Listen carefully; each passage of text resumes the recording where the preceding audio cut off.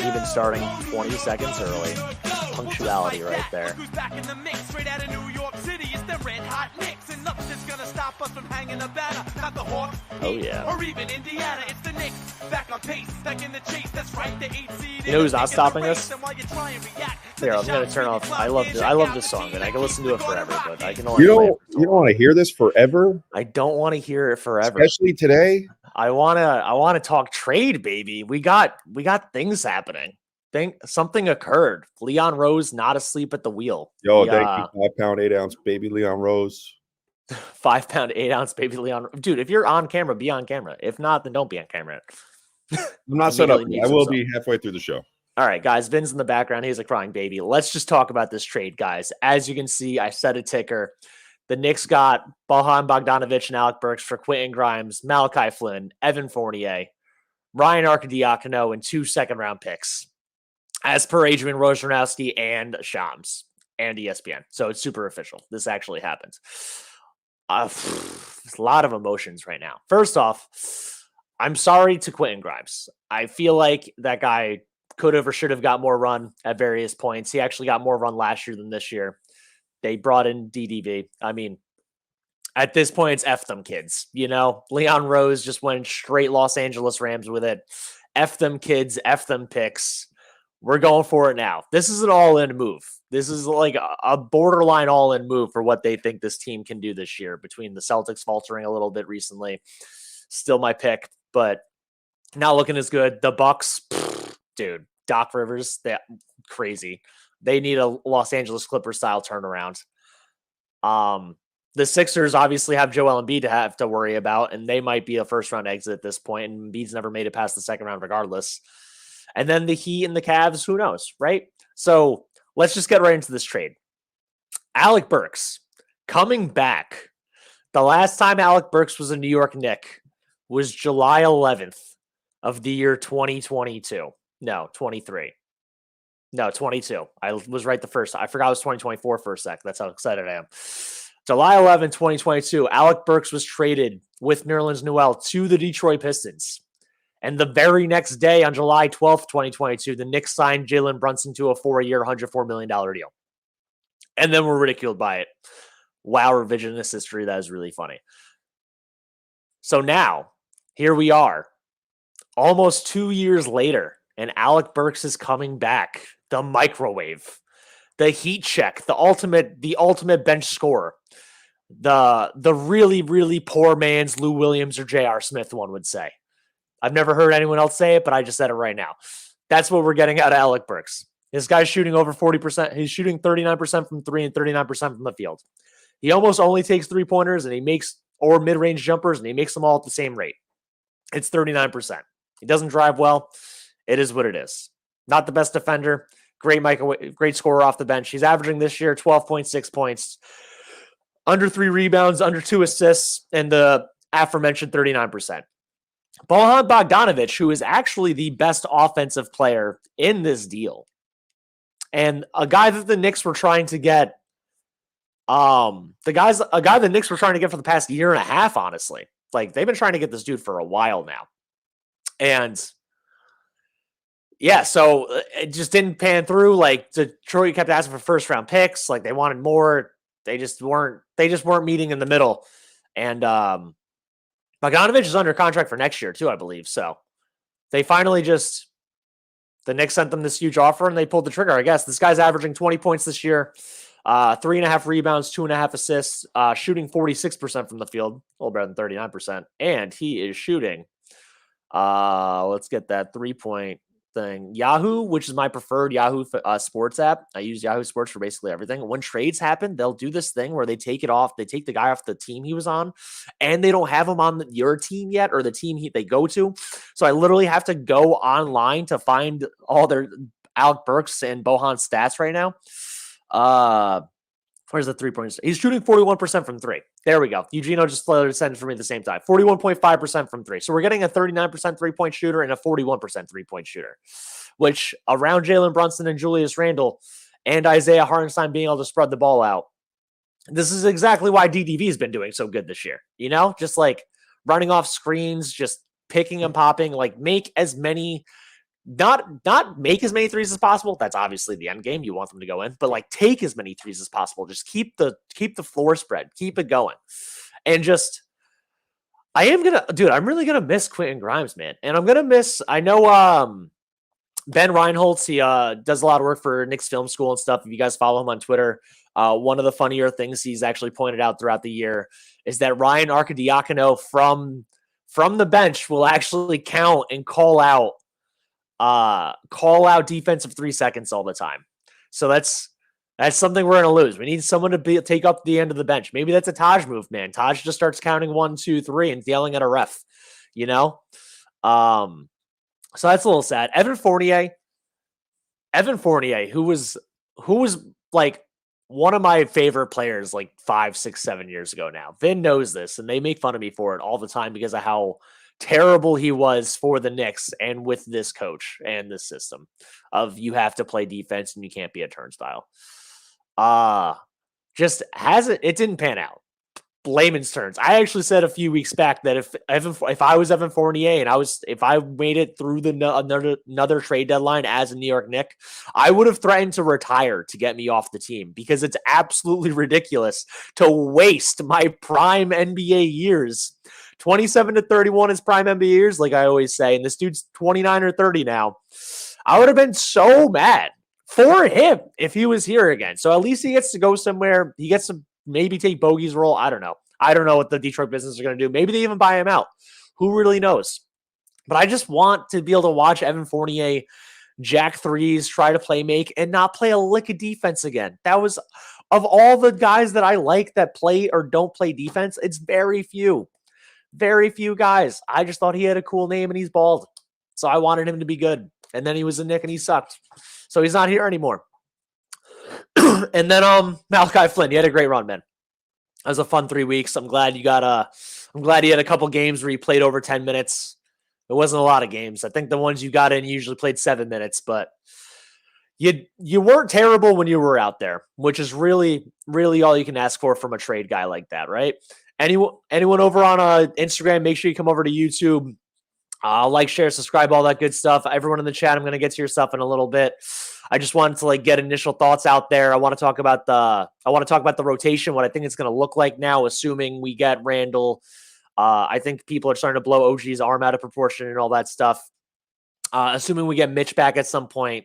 Real quick, AP, we got a super chat, $1.99. Are Knicks a lock for the Eastern Conference Finals?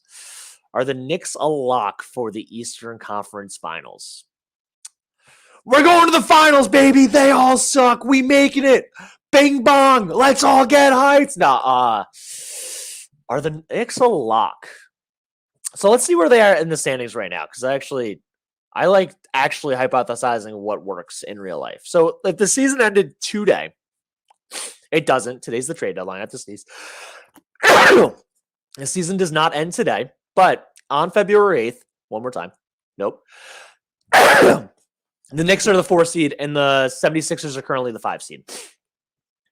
If the season ends today and Joel Embiid is out, and Julius Randle's out, and Mitchell Robinson's out, and I'm assuming OG Anunoby would actually try a little more to be in these games versus the regular season. I don't think the 76ers getting Daniel House and who else? They also made a trade today. They actually made 2 trades today. So let me see what the 76ers did. I would probably still pick the Knicks in 6 games, I would say, especially without Embiid. But yeah, no.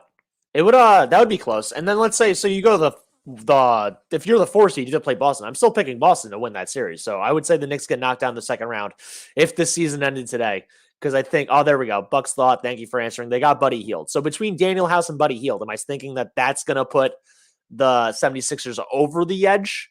Not quite. But I think if I'm the Knicks, I want to get out of that 4 or 5. I want to try to get to the 2-3 again.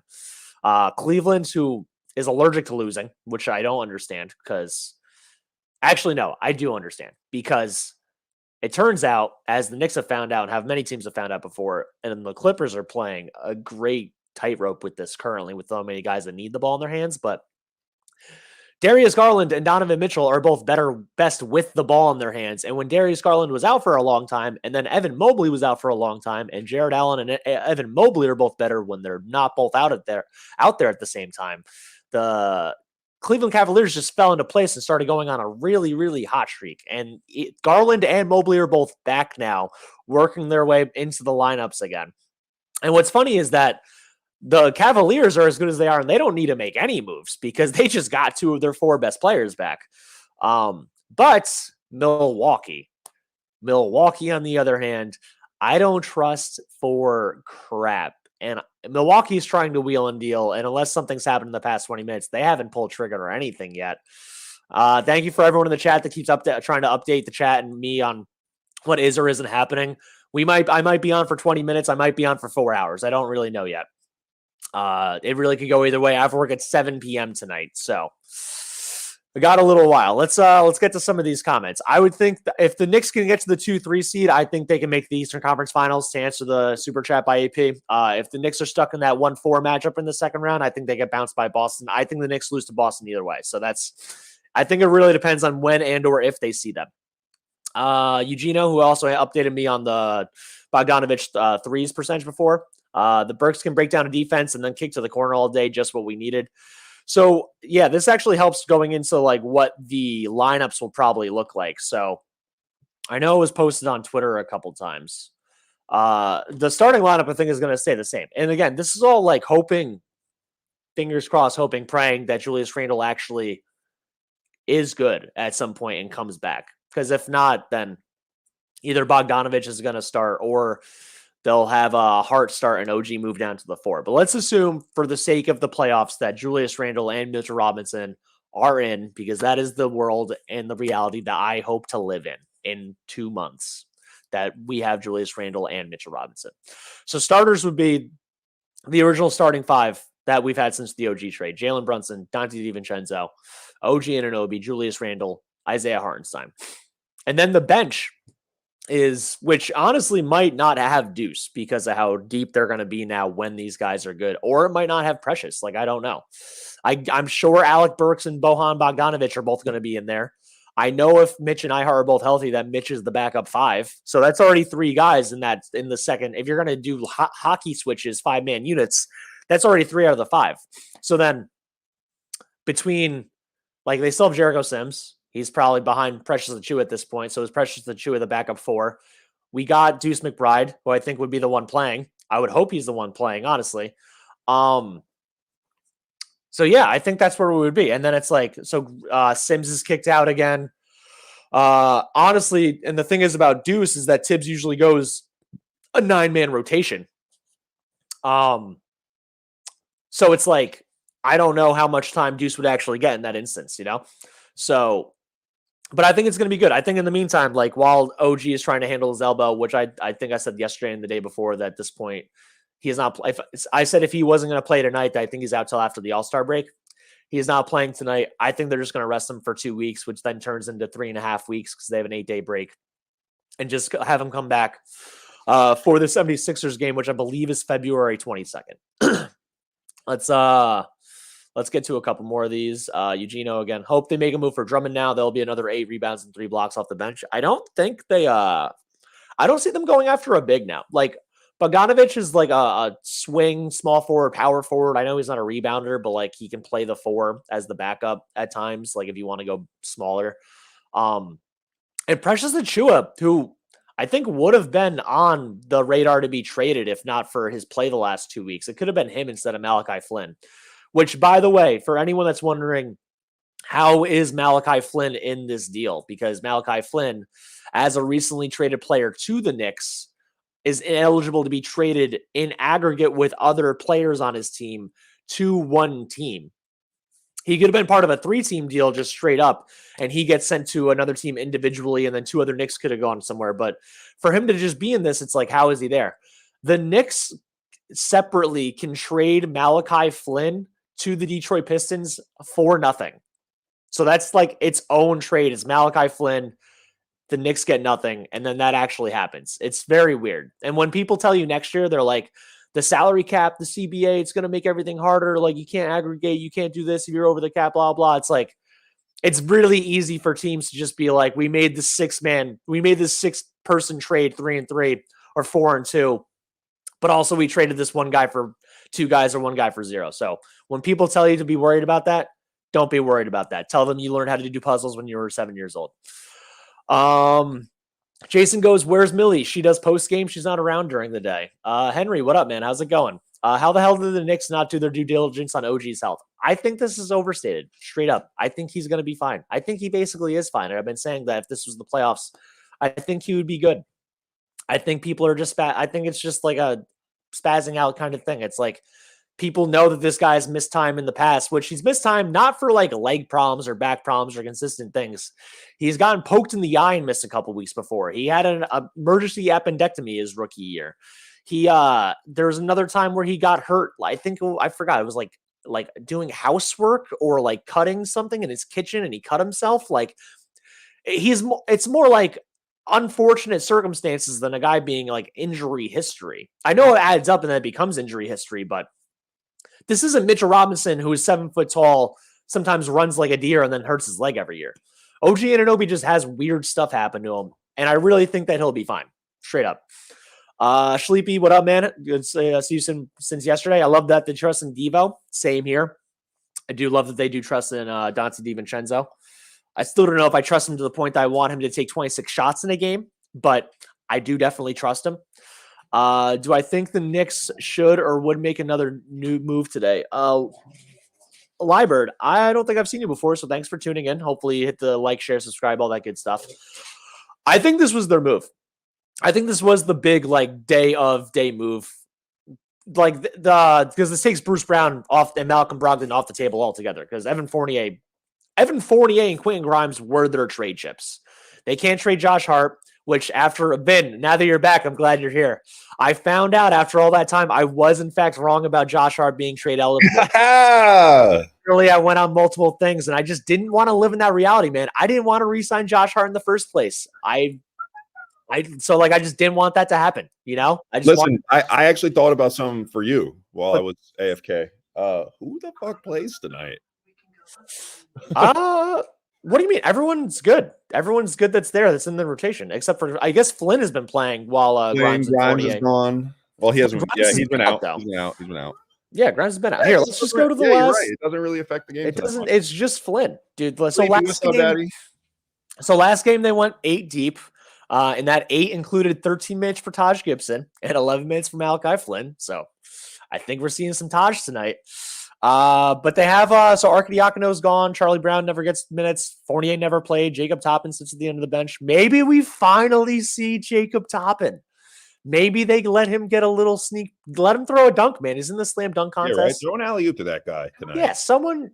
Deuce, just hook him up, man. Also, Deuce, the last time I saw you throw a lob to Sims, it wasn't the best. I think I hit the backboard, but maybe Toppin will catch it. I don't know if you brought this up yet, Joe, but so New York after this trade has 2 open roster spots. We're $2.5 million below the luxury tax. That means that we're going to sign 2 more guys. I don't know if they'll sign 2 more guys. They definitely could sign one more guy. Also, the buyout market's weird. I'm pretty sure you're still supposed to pay a percentage of what they were originally making. I'm pretty sure you can't just sign them all for vet minimums. But yeah, I don't know. I still don't think they can afford Kyle Lowry, even with the small percentage. Maybe I'm wrong on that. If someone could actually double check and let me know. You know what I'm pushing into existence. You know what big man I want to come over here. Well, I know it's not Gordon Hayward anymore because he actually got traded to OKC, so he's not happening. You know I want to see Kai Jones over here. Dude, Kai Jones isn't coming. Kai Jones, someone keeps posting in the thing, Kevin Porter Jr. Kevin Porter Jr. is like actually disgraced from the NBA, which is wild because Miles Bridges is just playing in the NBA. So it really just goes to show if you're talented or if you're. So Kevin Porter got dropped by the Rockets after he did his terrible stuff. And Miles Bridges did not get dropped by the Hornets. So if he just never got dropped, he would have had time to let people forget. But the Knicks aren't signing Kevin Porter. And the Knicks aren't signing Kai Jones, dude.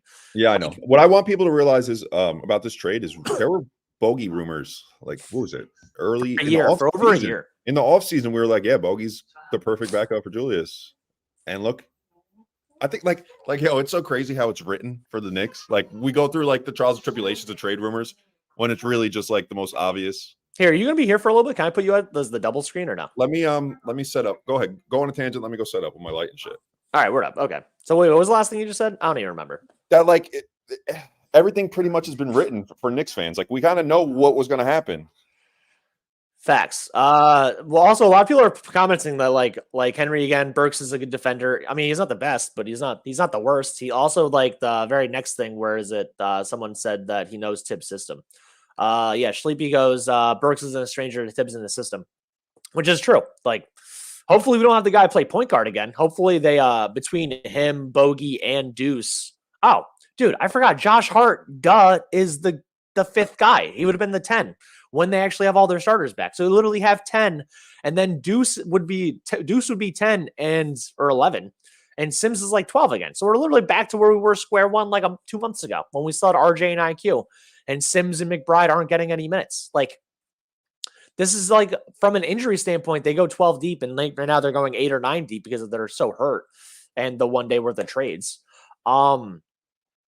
But yeah, so like, I'm not that worried about us, like from a depth standpoint or perception anymore. And we have so many plus defenders that, like, even if Bogey is bad at defense, and Bogey is not as bad as Fournier. Fournier was in the wrong spot most of the time. Fournier got yelled at by the coaches for not picking up the right dude on transition. Bogey's just slow at this point. He used to be a decent defender, and now he's 34, turning 35 years old. Has had injury and leg problems in this past, and I think he's had a bad shoulder at various points. Like, I'm just not expecting that guy to be the best defensively. But if you're in the right position and you can help funnel your guy into the middle and like get your help defense from iHeart or Mitch or Precious now, who's been doing great, that's all you can really ask for out of the guy. I'm not like, and they're not signing Bogey looking for him to be like, yo, you got to be a defensive stopper. They're not signing Alec Brooks. Like, you have to man up the point of attack defense. Like, yo, you know why they got Bogey? Bogey's a sniper. He's a bucket. He's a sniper. Dude, I literally posted it on the thread I'm in before. Like Bogey's like that YMCA LA Fitness, like 50-year-old dude. Like, you can't speed him up. I can't tell you how happy I am to get a guy like Bogey on our team, man. He's getting to his spot and he's putting it up. Also, what's really cool about Bogdanovic, and he is the best player in this deal. So if anyone's wondering, like, why do we give up Grimes for and 2 second-round picks? The actual best overall player in this deal is Bogdanovic. And I would argue Burks is the second best over Grimes, even though I think that's a little bit closer. I don't know if you saw the super chat. We prioritize super chat. I already answered that. But yeah, we do prioritize super chats for sure. So again, Vin, if you want, since you put it back up, do you want to answer if the Knicks are Eastern Conference Finals lock? The Eastern Conference Finals, guy. Easter's in March, man. It's coming soon. No, I don't. I think we need to see where Julius stands. But if Julius is healthy, I think we're a lock, man. And I just want to say the huge part about bringing in Bogey, like, let's say Julius is like going to miss more time after All-Star, we're going to be good. Bogey's a good forward. Yeah, we're going to be good. Dude, and that's the thing. I'm so excited. I'm so excited. OG isn't going to be out as long as people want to be panicking for. Like, once OG is in, and then if Bogey has to start for Julius or whatever, like, if you match up those two guys together most of the time, OG is making up for whatever Bogdanovic defensive inefficiencies there are.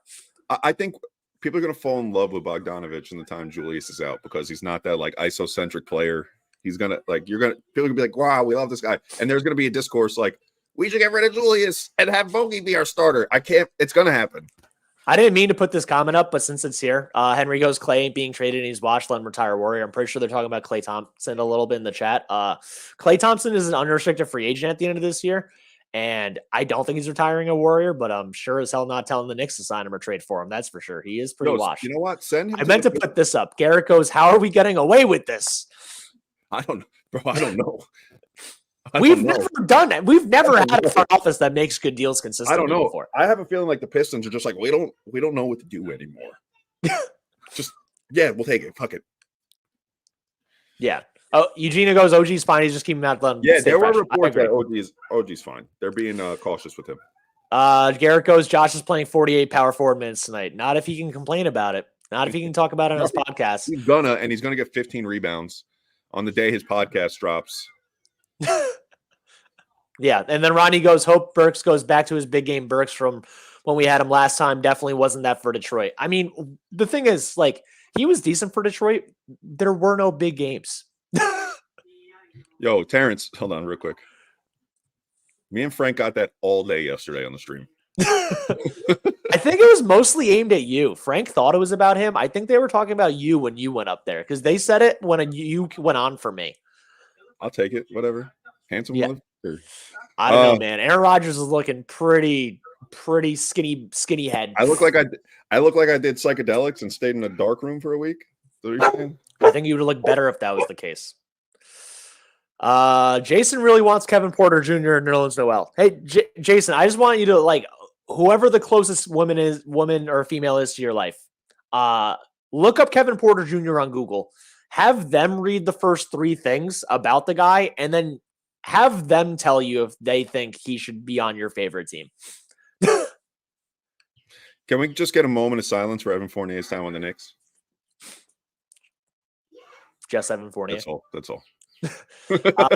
Henry goes, the Knicks ain't beating the Cavs. Dude, after last year, it's really hard to make that argument at any point. Yo, I don't care how if the Cavs won 60 games. Like Vin and Frank look before Jets Rodgers and after Jets Rodgers. Who's who though? That sucks if they think I'm after Jets Rodgers. Yeah, that's rough. Younger than Frank. Frank's not. That is brother. Rough. That I think that means you.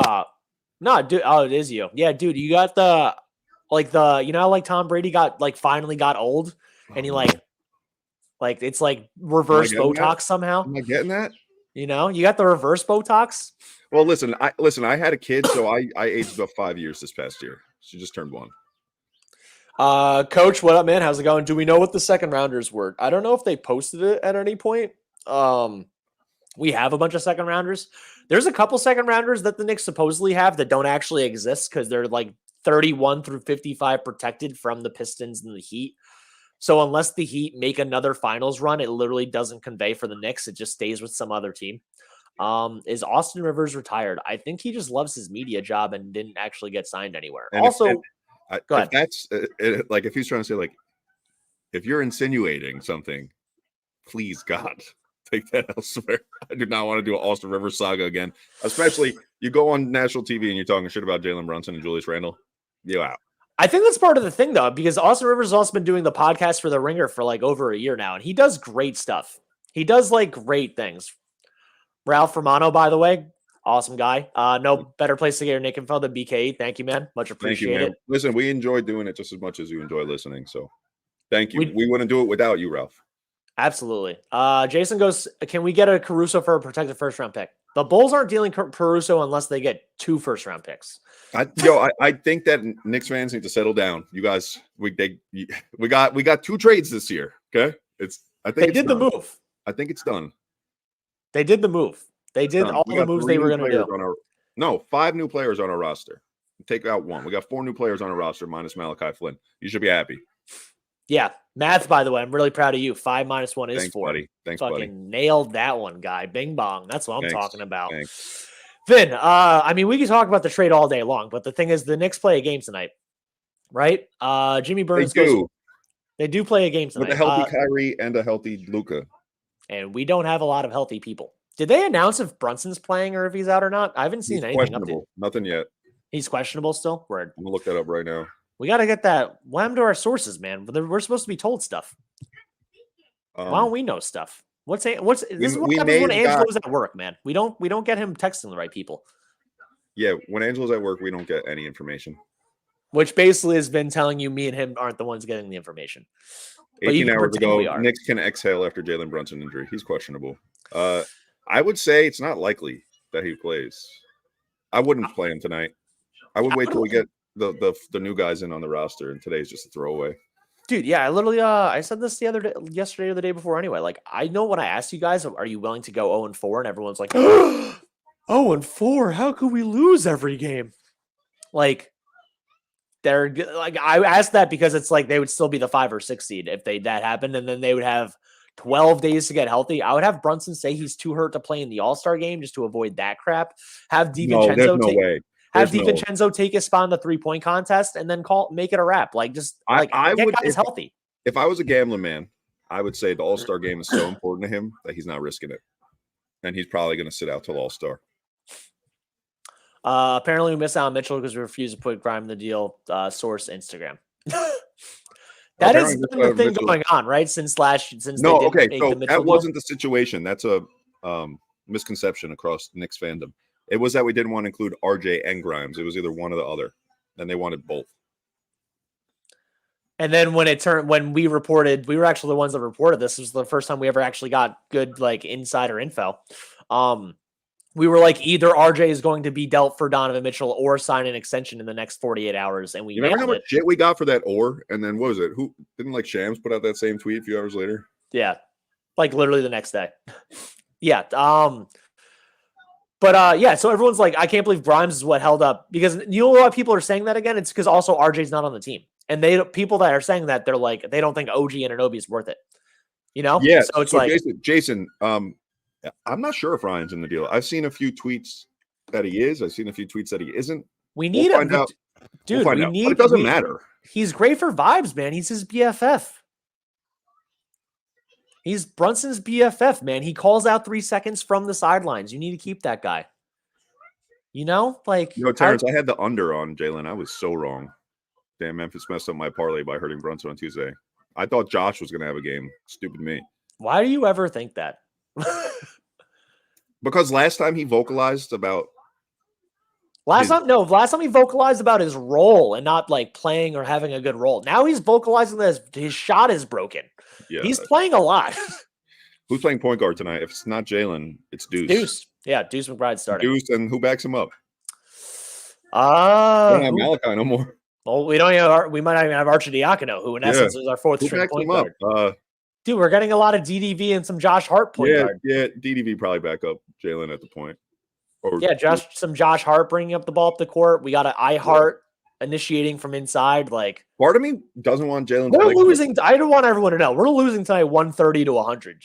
Just so you like, don't be sad about it. Don't be like, oh my god, they made this trade for nothing. They have like 9 available players, and 2 or 3 of them never play. So.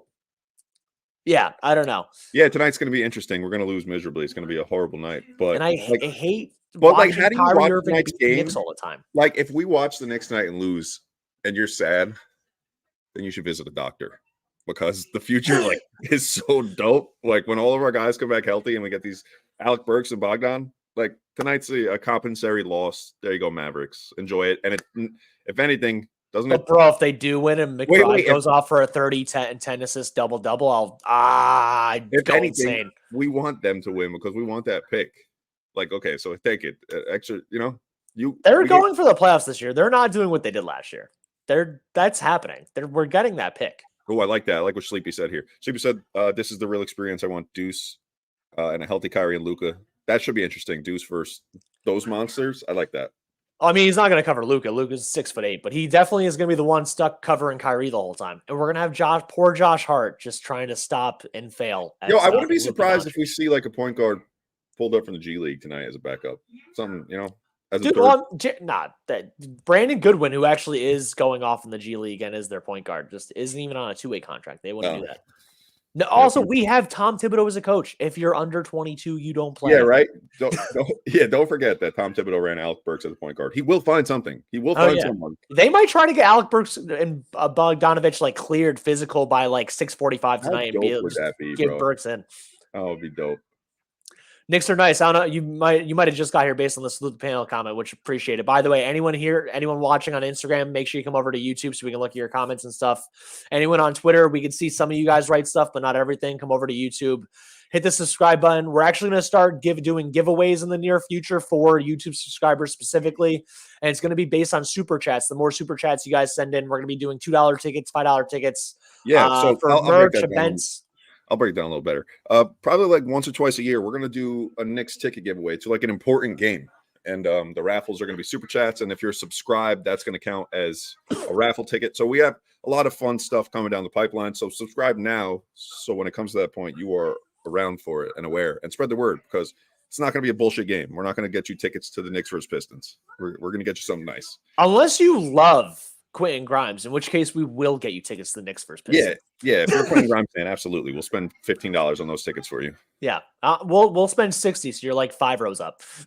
Yeah, we'll get you a handshake from Quentin Grimes. No, but the reason why I said that, I could tell he just got here, is because we were literally just saying maybe Jacob Toppin finally gets minutes at some point. Because if there's ever a game to do it, this is the game. If there was a game to get Bogdanovic and Burks over here, it would be today, because they're so like whatever depleted, ready for like just go out there and play your game, and we'll see what you got, and then. But the physical process takes 24 to 48 hours, especially there's 6 players involved. It's just couldn't get the job done last night, huh? Couldn't get the job done yesterday at 4:00, huh? I mean, if you're the Pistons, man, you're like, can we get first round picks for these guys? We've been holding this for so long. Yo, Knicks fans, realize we just got 2 of the Pistons like highest scorers. That's not. I don't even know if that's saying much. I mean, yeah, we know the fantasy rule that we live by, but shit. Guys, by the way, if you don't know the fantasy rule, if this is one of your first times tuning in, Vin, who I invented it. The wise philosopher named Modelo Beckham told me at one point, even though if you hear both of us talk, you would assume I know more about basketball. That's not true, because Vin knew the ultimate knowledge. Fantasy. Every team scores 100, and every team has a player that helps them get there. So no matter how bad the team is, someone on that team is helping them score 100 points. Every team has at least a 20-point score. That is true. And if you're the Washington Wizards, Evan Fournier is living proof. Evan Fournier is living proof that you could be a 20-point scorer on a team, and then Evan Fournier was the second best player on a team that made the 7 seed one time and won 2 games in the first round. I'm never gonna stop that. I'm never gonna let that go, that this guy was good at one time for a little bit. Would it be JJ McDoolittle, who apparently is one of Vin's 19 burners? Would it be such a bad idea? I'm right here. Would it be such a bad idea to get Kai Jones and set him straight? If it works, big reward. I don't. My language, JJ. The Knicks run their team in front office, and with this coach specifically, as a no-nonsense front office, a no-nonsense team. And they're not bringing, there is no Kai Jones, there is no Kevin Porter, they're not trading for Miles Bridges, there is no Josh Primo, those guys aren't coming. Like, if they did some weird or bad shit, and Kai Jones didn't even do anything bad, just weird. And like, straight up, who hasn't been messed up on Instagram one time? Bad, just weird. But like, they're not bringing him in. The other 3 guys actually did bad stuff. He is a weird dude. I will say, I followed him on Instagram. You can't be a professional athlete and go live on Instagram and pretend you're on promethazine or whatever. You can't do that. It looks to me like he wants to be a rapper more than unless you're John Morant, in which case you're so good it doesn't matter. It looks like he wants to be a rapper more than a hooper. Oh, Nicky boy just hit us with an update. Is that Schroeder to the Nets, Dinwiddie to the Raptors? What else is that real? Deal. Also, aren't those the same guy? Like, yo, Eugenio, Joey's also in the league. I am also in the league. Josh Giddey, another guy the Knicks wouldn't try to get now. And Josh Giddey literally did something illegal, but like also not illegal because it wasn't like convicted illegal. And straight up is probably something that most people have actually done at one time or another in their life, whether they're willing to admit it or no. What? Meeting someone, either pretending to be underage at a bar or nightclub, or meeting someone that pretends to be underage at a bar or nightclub. I'm not saying everyone slept with that person. I'm saying like, all right, Ben, we both went to 50 Front Street plenty of times. There's no way everyone was 18 or 21. 16-year-old when they went in with a fake ID. We'll go that far. Right, exactly. That's what I mean. But like Josh Giddey, another guy that the Knicks wouldn't try to get or get in any way. Hey, listen. The reason why I'm bringing Josh Giddey is because you said Eugenio's also in the league or whatever. My name is Josh Giddey's high school girlfriend. Yeah. I'm Josh Giddey's high school girlfriend in our fantasy league. Guy that's so active, picking people up. I'm the only one. SOB. Real quick, look, there was a comment I wanted to go to. Scroll back up, buddy. You'll find it. Where'd it go? Although I do agree, Vin does cheat in a free fantasy basketball league for some reason. I'm not even the commissioner.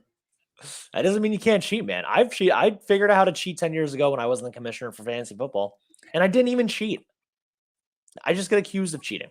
Oh, I wanted to go back to your Josh Giddey thing. I remember what it was. Living proof that there's no such thing as karma, because guys like Josh Giddey and like Miles Bridges could just be good basketball players. Yeah. I mean, what Miles Bridges did is way worse than what Josh Giddey did. But there's no karma because I have Miles Bridges on my team and he is absolutely killing it. I have Josh Giddey on my team. He sucks. I actually want to drop him, but he's just that much too good to be dropped because he gets a little of every stat. But like he sucks. He's literally he's still starting, but he might as well not even be starting for them. Ralph Romano says Heat series last year showed what Knicks needed to get the ECF, enter a much improved frontline, AA lockup defender, a tertiary. There you go. Scorer in DDV, Bogey, Burks, MYK just they needed to go to ECF. Yeah, like our team kind of has like the Miami Heat build, if you think about it. Like we got some bench snipers. I think it was noted Knicks hater Richard Jefferson that says the Knicks are building Knicks culture now. And that now? Well, he said it like a few weeks ago. Yeah, I saw that. We have Heat culture. No. We have New York City culture. I get what he's saying, though. You want to hold on a sec. Nick goes. Apparently, there's a rumor Mitch for Clarkson. Hold on a sec. Can anyone else verify that? There's a rumor Mitchell Robinson for Jordan. Yeah, Clarkson. Guys, keep in mind we still have 2 hours. There's still 2 hours and 10 minutes. That'd be wild. So we filibuster. I'll check that out. Oh my God! If we got Jordan Clarkson for Mitch Robinson, man. First of all, wait. Is he talking about Donovan Mitchell or Mitchell Robinson? There's 0 negative $1,000,000% chance that Danny Ainge would trade again for Donovan Mitchell. So I'm assuming he's not talking about Donovan Mitchell to the Utah Jazz. Dude, that would actually be wild. And also, Tom Thibodeau would go nuts. Like, he'd be like, "You guys are taking all my defenders. Where's my defense? These guys are all and they don't play defense." You ready for some quick updates? Yeah. Give me some Woj and Sham stuff. So the Raptors are trading Dennis Schroeder to the Nets for Spencer Dinwiddie. Thaddeus Young is also going to the Nets in a trade with Dennis Schroeder. Okay. No picks involved. Doesn't say yet. Interesting. Okay. What else we got? What are we doing, Woj? The Thunder are including a Vasily Mikic draft compensation to the deal for, and that's okay. The Oklahoma City Thunder finalizing a trade to send Trey Mann and Davis Bertans to Charlotte for the Hornets, and the Thunder are including Vasily Mikic and draft compensation to that deal. Vasily Mikic is like a backup, like taller swing who let's plays see. like. That's it on the Woj front. Let's see if Sham's got anything going on. Word up. Okay. Jason Go. I would JJ McDougal about the Mitch Clarkson thing. I really that would be like. Then they are basically going against their coach at this point. I would consider doing it. They have Precious now. I don't know if they're going to re-sign Precious, but if they lose a bunch of bigs, then they would have to. And then I was saying for a while that I wanted the Knicks to keep Isaiah Hartenstein because I like what he does offensively more. And I think he's comparable defensively to Mitch, but the rules that exist in the CBA is that the Knicks would only be able to offer like 125% of his current value next year to stay on the team, and he can get offered more to leave the Knicks. So unless the Knicks have like a hush-hush deal with iHeart because he's also CAA, I don't see how they're going to keep Isaiah Hartenstein, and then I think they would have to keep Mitchell Robinson as a big, unless they actually end up.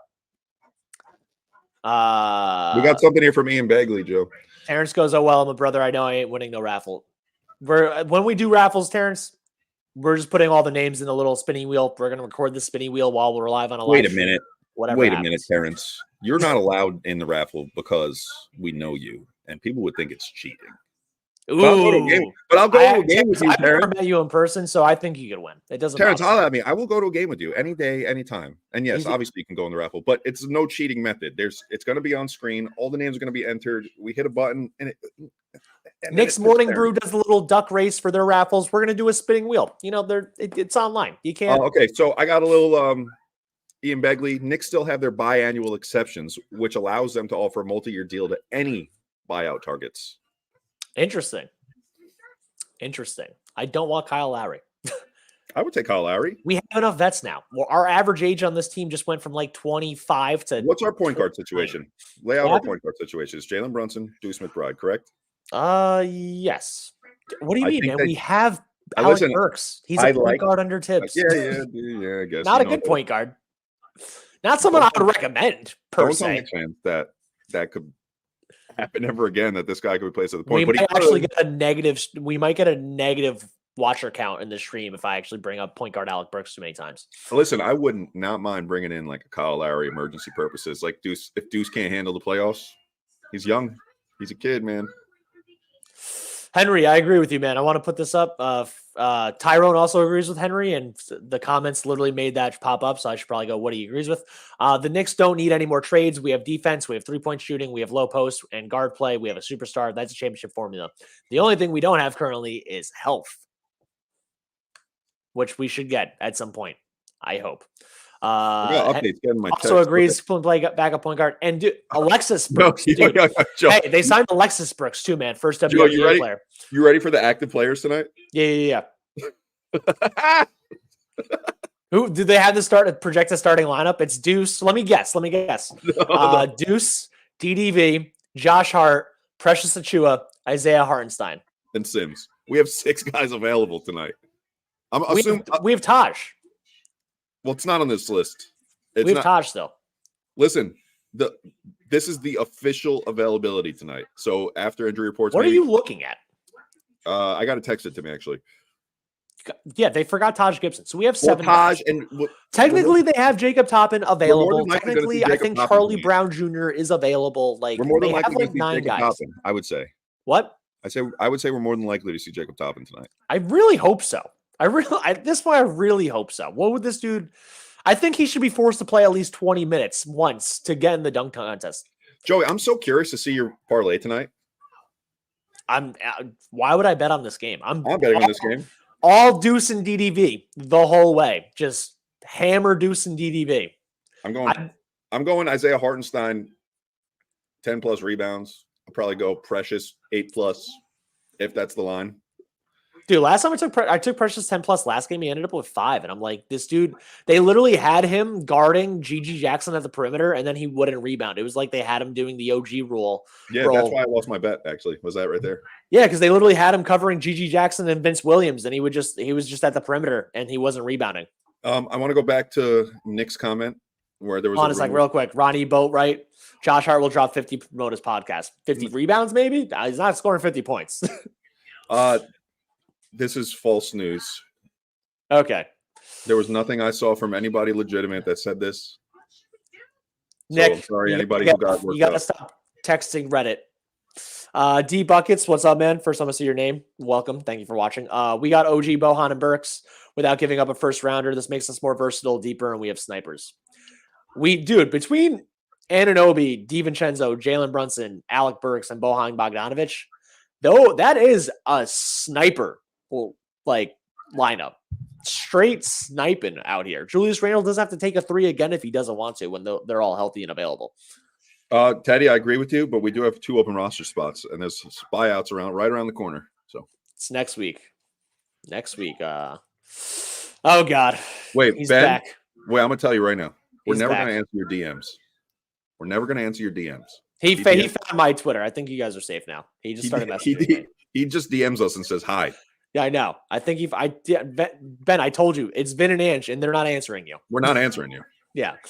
If you change that profile picture like Jalen Brunson and you become a Knicks fan, you have a 1%. They still won't answer you, but you might have a 1% better chance. When you bring something of value to me, Ben.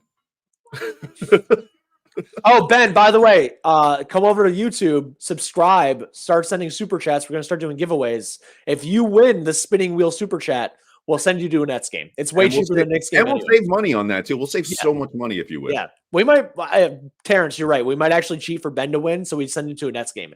If there's any Pistons fans that are watching this right now that are over here, if you could tune in next Friday or whenever we do the first one and do the super chat giveaway, whatever we're going to do, and you want to go to a Pistons game, that's even cheaper still. We will gladly send you to a Pistons game. Whatever game you all want. Well, you don't get to pick the game. You get to pick the team of the game you're going to. If you guys just want money to go to all-you-can-eat Chinese buffet, we'll do that. Yeah, if you want $40, there's $40. How's that for a giveaway, huh? They're only plus 3.5. Bro. Yeah, bet the mortgage on the Mavs. The Knicks are losing by 20. 3.5. Yo, I really might bet the mortgage on the Mavs. Yo, that's like they think Jalen Brunson might play. Like, how is that low so low? I'll let you take this one. Jason goes, if PJ Tucker gets bought out, should we go for him? We can't afford him. We have $2.5 million available right now. And he makes what, like 12 million a year, 14 million a year? Let's wait. Look, I got to go to this one. I didn't know the vendors at Barclays Center were so nice. Are they? I don't know. He said they have a great community. I don't know any Nets fans, so it's got to be the people who work there.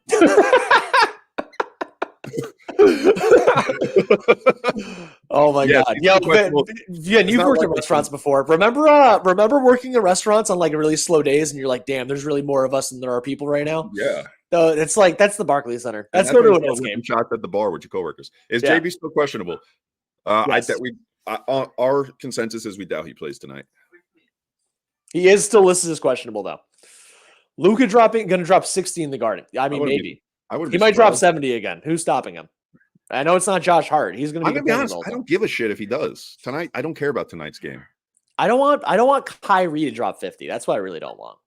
I could give a shit less about tonight's game. Teddy goes, do we work together in Shellen? Vin is actually from my hometown and still lives there. I don't live within 2 hours of this guy. Yeah, don't name where we live. I don't want to see Ben at my door. But yeah, me and Joey have been friends our whole life. Best friends. We were like 14 years old. Entire lives. And Joey moved somewhere else to go do future things in life, and I stayed right here. I live in Connecticut. And I live in New York, upstate. Yeah. About an hour north of the city. Why is Ben? No, we're not talking about. We're not doing. How does every time Ben comes here, this chat turns to fucking? He hijacks it. He's good, man. He just floods the chat. Shit. Okay. There we go. Some Knicks talk. Will be nice. JB get a little rest before his All-Star game. 3-point contest appearance after All-Star. Knicks going to be stacked and ready with OG back. Yeah, I said the same. I think that this All-Star game is very important. Jalen Brunson as a brand, very important to the Knicks as a brand. Jalen Brunson is going to be in the All-Star game. If that means missing the next, 4 games?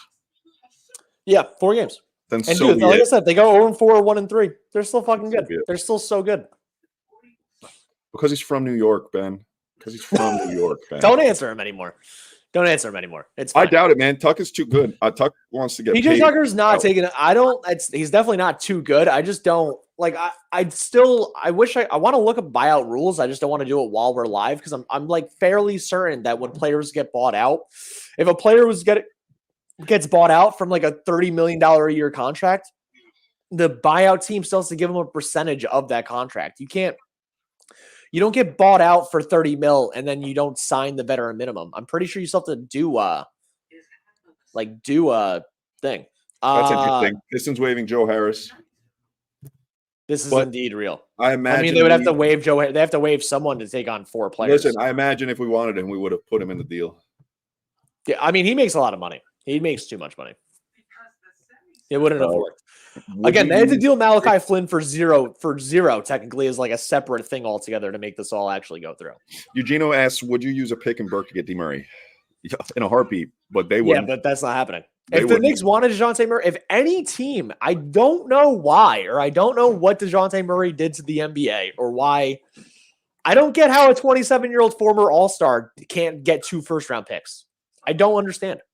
And damn, Tommy D, I was fucking rooting for you, dude. I'm so glad you said that name. I was rooting for him, man. Anyone that's on Twitter or anyone that knows like Knicks Twitter and stuff like that, if State from Harlem, Tommy D, or Robert Randolph say anything, assume they're wrong and assume the opposite is going to happen, and it's probably better for the team. Dude, I can't tell you how disappointed I am. I had a whole 10-minute thing how I would believe Tommy D and he wouldn't make something like that up. And dude, he might have had a source and their source was wrong, or maybe it was in the works and it wasn't. Through. I don't know, but I'm very disappointed, Tommy D. If you're listening, I don't think he is. But tell Tommy D I'm disappointed. Somebody, I don't know. Teddy, yeah. I mean, the rumors have been picking up more and more that DeJounte's staying in Atlanta, which really comes down to the fact that they just weren't getting a young player and 2 first-round picks. I'm pretty sure if you polled any of us, I know we're all fans. We don't run a front office. I'm not assuming I know more basketball than Leon Rose or anything. But if you just polled 100 Knicks fans, hey, would you rather deal Grimes, Fournier, and 2 unprotected firsts for DeJounte Murray?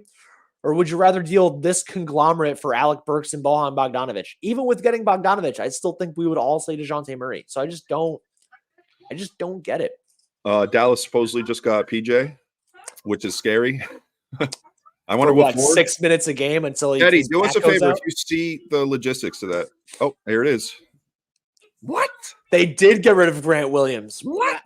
Is it? Wait. What? Isn't Grant Williams just the younger, taller version of PJ Tucker? Isn't that PJ Tucker? Yeah, it's just young PJ Tucker. Why would you do that? Oh, PJ Washington. That makes way more sense. Okay. My dude. Okay. Let me. We thought PJ Tucker. Blow up, bro. Yeah, I was like, what the? No, that makes way more sense. I'm gonna pull up the legit tweet. Hold on. Okay. PJ Washington, man. Yeah, I mean, once the Knicks did this Burks and Bojan thing, my PJ Washington dream definitely died. But that's a pickup. All right. So this is from Woj official. The Charlotte Hornets are finalizing a trade to send forward PJ Washington to the Dallas Mavericks for Grant Williams, Seth Curry, and a first-round draft pick. It doesn't say protected or unprotected yet, right? It just says first-round pick. That'll update in like 10 minutes. Nothing yet. Or maybe an hour. I don't know. Do we even know the second-round picks involved in the Knicks trade yet? Did they say if it's ours or another one we had? Not out yet. I'm sure Woj will put it up. He's CAA. So yeah, word. Yeah, that's a big pickup though. That also, I mean, on the bright side for our game tonight, they have one less player. Well, they also two less. Well, Seth Curry hasn't really been in the rotation, so they have one less player. They just got their Kristaps Porzingis, and no, he's not over there. What am I saying? What are you saying? What do I say? Kristaps Porzingis is why I think the Celtics are better than the Knicks still, because he's part of that starting lineup at depth. Cookies and cream. I gotta say, Shams dropping the ball today. What's up, Shammy baby? Dude, Shams is the West Coast guy, man. These were mostly East Coast moves. No, there have been no Lakers, no Clippers, no Kings. He did post the Detroit Pistons waiving Harris, and he did just post this PJ Washington trade. So we're on the ball today, guys. You ain't gonna miss shit. You stay with us, we got you. We're gonna be here for the next 10 minutes to 3 hours. We still don't know. We don't know. We don't know. I do have to feed my dogs real quick though, so take this solo. All right. So yeah, I want to see what actually I'm going to look up the Mavericks roster right now, like with the trade, and then see what it looks like. So yeah, Seth Curry wasn't even getting minutes. The last time Seth Curry played for them was January 31st, and even before then, he what are you doing? You're moving my head. I'm over here. Sit up in your chair, stud. Like I'm bending the camera down. There we go. Now I can do whatever. Yeah. Seth Curry literally had in the last 10 games this dude's played for Dallas. 9-0, 2-0, 3, 0-0, 7-0-9. Like, so that doesn't matter. He wasn't even in the rotation. Losing Grant Williams, who also fell out of the starting lineup, is another guy, dude, in his last 5 games. I know he's a defensive guy, and I know they have Kyrie Irving and Luka Doncic, but like this dude had 3 points shooting 1 for 2, 2 points shooting 1 for 7, 2 points shooting 1 for 6, 14 points shooting 3 for 5, and somehow drew 7 free throws. This dude doesn't draw foul shots, so that's weird. And then 5 points a couple days ago against the Nets. Like, oh, Ben's here. Yeah, Ben, you're a Nets fan. You could probably tell everyone how much Grant Williams sucks. Yeah, for them to get PJ Washington, who I literally was saying yesterday, like over the past couple days, how I wanted him. He dropped 43 points 2 weeks ago. This dude is also a walking bucket. And I know they're adding buckets to their buckets. Like they already have Luka and Kyrie, obviously. And then around them, they have Josh Green, which, I mean, hit and miss. He's a decent defender, but like not the best guy that you want to really put on your point of attack defense. But that's kind of where they're stuck with. Derek Jones to make up for a lot of shortcomings, who's actually picked up like steadily improved over the last couple seasons. And then, and they still have Maxi Kleber and I have to move this back. And Derek Lively, obviously. So like they have a decent like setup team. They're just really, really offensive heavy. But I mean, if you're gonna go all in for offense, you might as well just sign a power forward that can drop 25 and give up 26, you know? Like, and which is the direction they're going. The Mavericks are basically set up as the anti-Knicks. All offense, no defense all the time. Vin, welcome back. Yeah, where are we at? Vin, show your dog, man. Let's see. Bro. Oh, they're talking to you. Take off that hoodie, bro. What do you mean? He's on live with Aaron Rodgers right now. Yeah, dude. This is Aaron Rodgers. I'm a Jets fan. I'm sad all the time. Also, that's not the one I want to put up. They said show the dogs. This expresses my sadness. I cheer for them. They only made me happy very recently. And I cheer for the Mets. I'm sad all the time. Welcome to sadness. Welcome to the real world. Yeah, embrace the misery. Exactly. Embrace the misery. We should have made that the title. Okay. How sad are you that you lost the Mavs pick? We're not, because we're going to get it back this year. Yeah, that's it. Just put it off a year. And even then, which is good. We weren't going to use anybody in that draft. Actually, dude, I'm actually truly amazed if the Knicks do end up keeping both first-round picks this year. Like, who would have saw that coming? We would have sworn the Knicks or the Mavericks pick would have been gone in one of these trades. We have 4 first-round picks going into Washington and Dallas do not exist. Here, do you want me to actually? I have it on my phone. I keep it at all times. Attention required on Instagram. Disconnected. Disconnected. Oh no. I know what that means. That means Angela logged on to the Instagram. Hey, Ange, if you're watching, get away. Stop touching stuff, babe. Oh, yeah. It literally froze on my face, and it says we have 0 watchers. Here, I'm just going to log off Instagram. I don't care. No, there's a way to do it. I'll do it.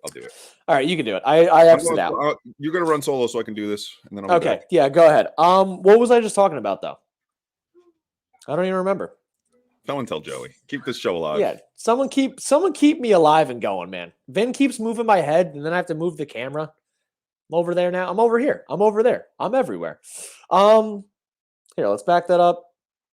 Let's go back to one of these comments. Roland Chestnut goes, we all know that Tibbs loves veteran players and doesn't like to play young guys.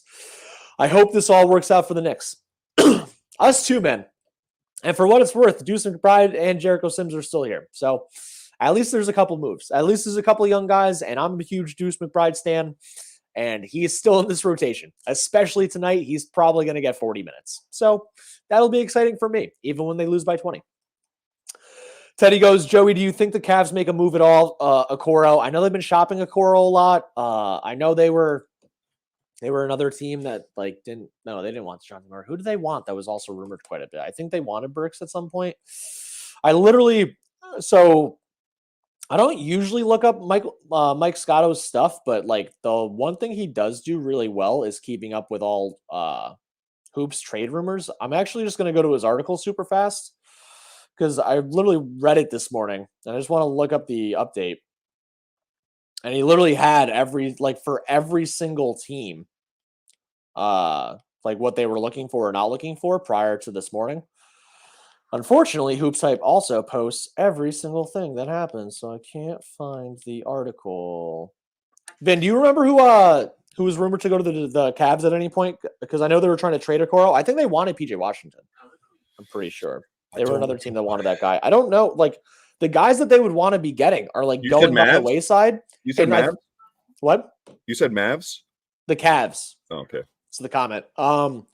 I think most of the guys that they would have wanted, and they didn't need a lot. They literally just got Garland and Mobley back. They have, and their team makes sense. It's why it's doing so well. They have Merrill, they have Niang, they have blanking Max Strus, who Nick Killer, obviously Max Strus. They don't need to make a move. They got guys back. If the Knicks literally just got OG Anunoby, Julius Randle, and Mitchell Robinson all healthy last week, and Grimes last week, they might have just been rolling and not made a move straight up. But it's the Knicks are forced in this position because of all the injuries we have. That we got old reliable microwave Alec Burks, and then we got a guy we've wanted for a year in Bogdanovic. I'm hoping it pans out pretty well. Vin, here, this is for you. Garrett goes the Knicks team healthy. Royce. They wanted Royce. Oh, they wanted Royce O'Neal. Okay, yeah, that makes sense. They wanted a defender, but isn't Isaac Okoro just the younger version of Royce O'Neal? A lot of these moves I just don't always get. It's hey, we're shopping this young guy for this older guy that does the same stuff. What's the question better. You want me to take, Joe? The Knicks team healthy. This Knicks team healthy versus the 12-13. This Knicks team, our center. I loved Tyson Chandler. He was one of my favorite hoopers, but I think our centers are better than Tyson was. The game has changed. I think they're just better. Just Raymond Felton versus Jalen Brunson. And Julius Randle could have stopped Melo well enough. We would have won. I think Melo would have put up 40 most games, and the 12-13 team loses the series 4-1. I think Melo just averages 35 in a very losing effort. Stop doing this to me. You did not hear that. You did not hear that. It's not happening. If you did, I'd run through the fucking wall, bro. I want Kai Jones so bad. Can you explain to the fans and mostly me? I don't even know if they care, but why do you like Kai Jones so much? There's two reasons, and I'm very weird when I pick some of my favorite Hoopers. Yes, it helps that I met the guy the night he got drafted, obviously. But then you go watch his tape, dude. The guy is always in the air. Like he's always in the air. He's a defensive freak. He's a putback freak. He's a dunk freak. With a little discipline, this guy could be special. And we just lost most of our kids. I'm okay with bringing one like Kai Jones in. He's always in the air. He's just like, you could easily have him do what Sims does better. I mean, he can pretend to shoot from deep at least. I don't know. Dude, Kai Jones should be back in the NBA. Isn't Josh Primo signed to a team, like a G League team? How is Josh Primo already playing or still on a team and Kai Jones isn't? And Josh Primo flashed people, not for nothing. At the NBA draft, Kai Jones's family was so lit. I met everybody in his family. It was like the most support anybody had. And I put stuff into that, man. I put stuff into like good family values and shit. You can listen. I was a problem child around his age as well, Joe. We weren't the best young 20s. We were not the best people. Shit. People grow out of that shit. And we weren't the best people, and we didn't have millions of dollars. We weren't NBA draft picks. People grow out of that shit, man. Yeah. Ben is trying to ask if I'm sad because they didn't actually get Bruce Brown or Malcolm Brogdon. And the reason I can easily say no is because Bojan Bogdanovic takes the spot of the guy I was looking for, which is here's a $19 million contract next year that is really tradable and really usable. Alec Burks is an unrestricted free agent at the end of this year, and Bojan has a partial guaranteed contract next year, which under Knicks control for $19 million. They're going to retain him, and then he's one of the easy middlemen tradable pieces money-wise to match with salary. So I'm cool with this altogether. I don't see any okay, that is real. Shams tweeted it. Brooklyn is finalizing a trade sending Royce O'Neal to Phoenix for salaries and 3 second-round picks. Ben, throw your season in the garbage. They literally just threw in the white flag. By the way, the dude that just updated you on that, RJH on Twitter, said these back-to-back. So he says the 12 Knicks would have been better, which I disagree with. But he also says he's taking shots for going to the Eastern Conference Finals. So how can you think that this team is going to these? How can you think this team, which is you think is going to the Eastern Conference Finals, is worse than the 12-13 Knicks, who couldn't get past Roy Hibbert? The league is better than it was back then, too. I hate to break it to you, RJH. Yeah, facts, 100%. He wouldn't. We got Josh Hart. We didn't make that trade. I don't think they're the same player. I think that's overstated. I think he would have been fine. Yo, good. What are you? I want this. I want you to cry, Ben. For the listeners, Ben says, I'm a cry. Cry. What's happening? 3 seconds for 3 second round picks for Royce O'Neal's highway robbery. What the hell is that? So I was trying to actually think, because a lot of people, so every pick is different, right? Like the Spurs first round pick this year, Victor Wembanyama, would have been worth 6 unprotected first round picks and a couple of good players in the open market. Franchise, generational, maybe all-time great talent. First overall pick on this season. Yo, do you want the details of the picks on the PJ Washington deal? Yeah, let me just go through this really quick, though. Not when people are like, I don't want to give a first-round pick. And then it's like, well, would you give the Detroit pick, the Dallas pick, the Milwaukee Bucks pick next year?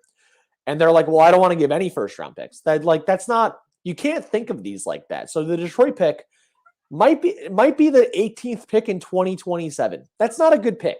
That's not that great. The Dallas pick might be 12 this year or 14 this year. That's a good pick. That's decent. It's not the best. So you can't compare all these in the same way.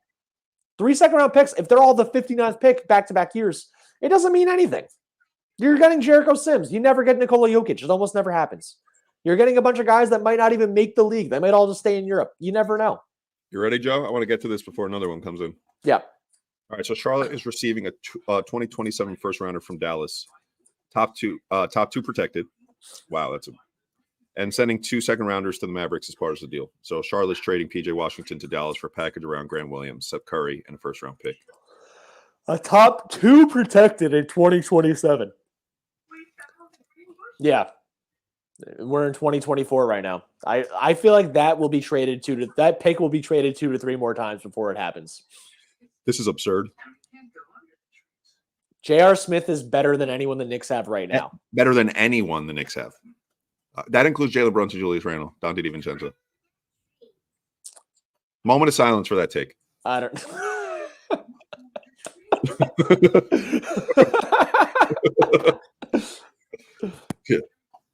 Y'all need Jesus. From your lips to God ears, bro. From your lips to God ears.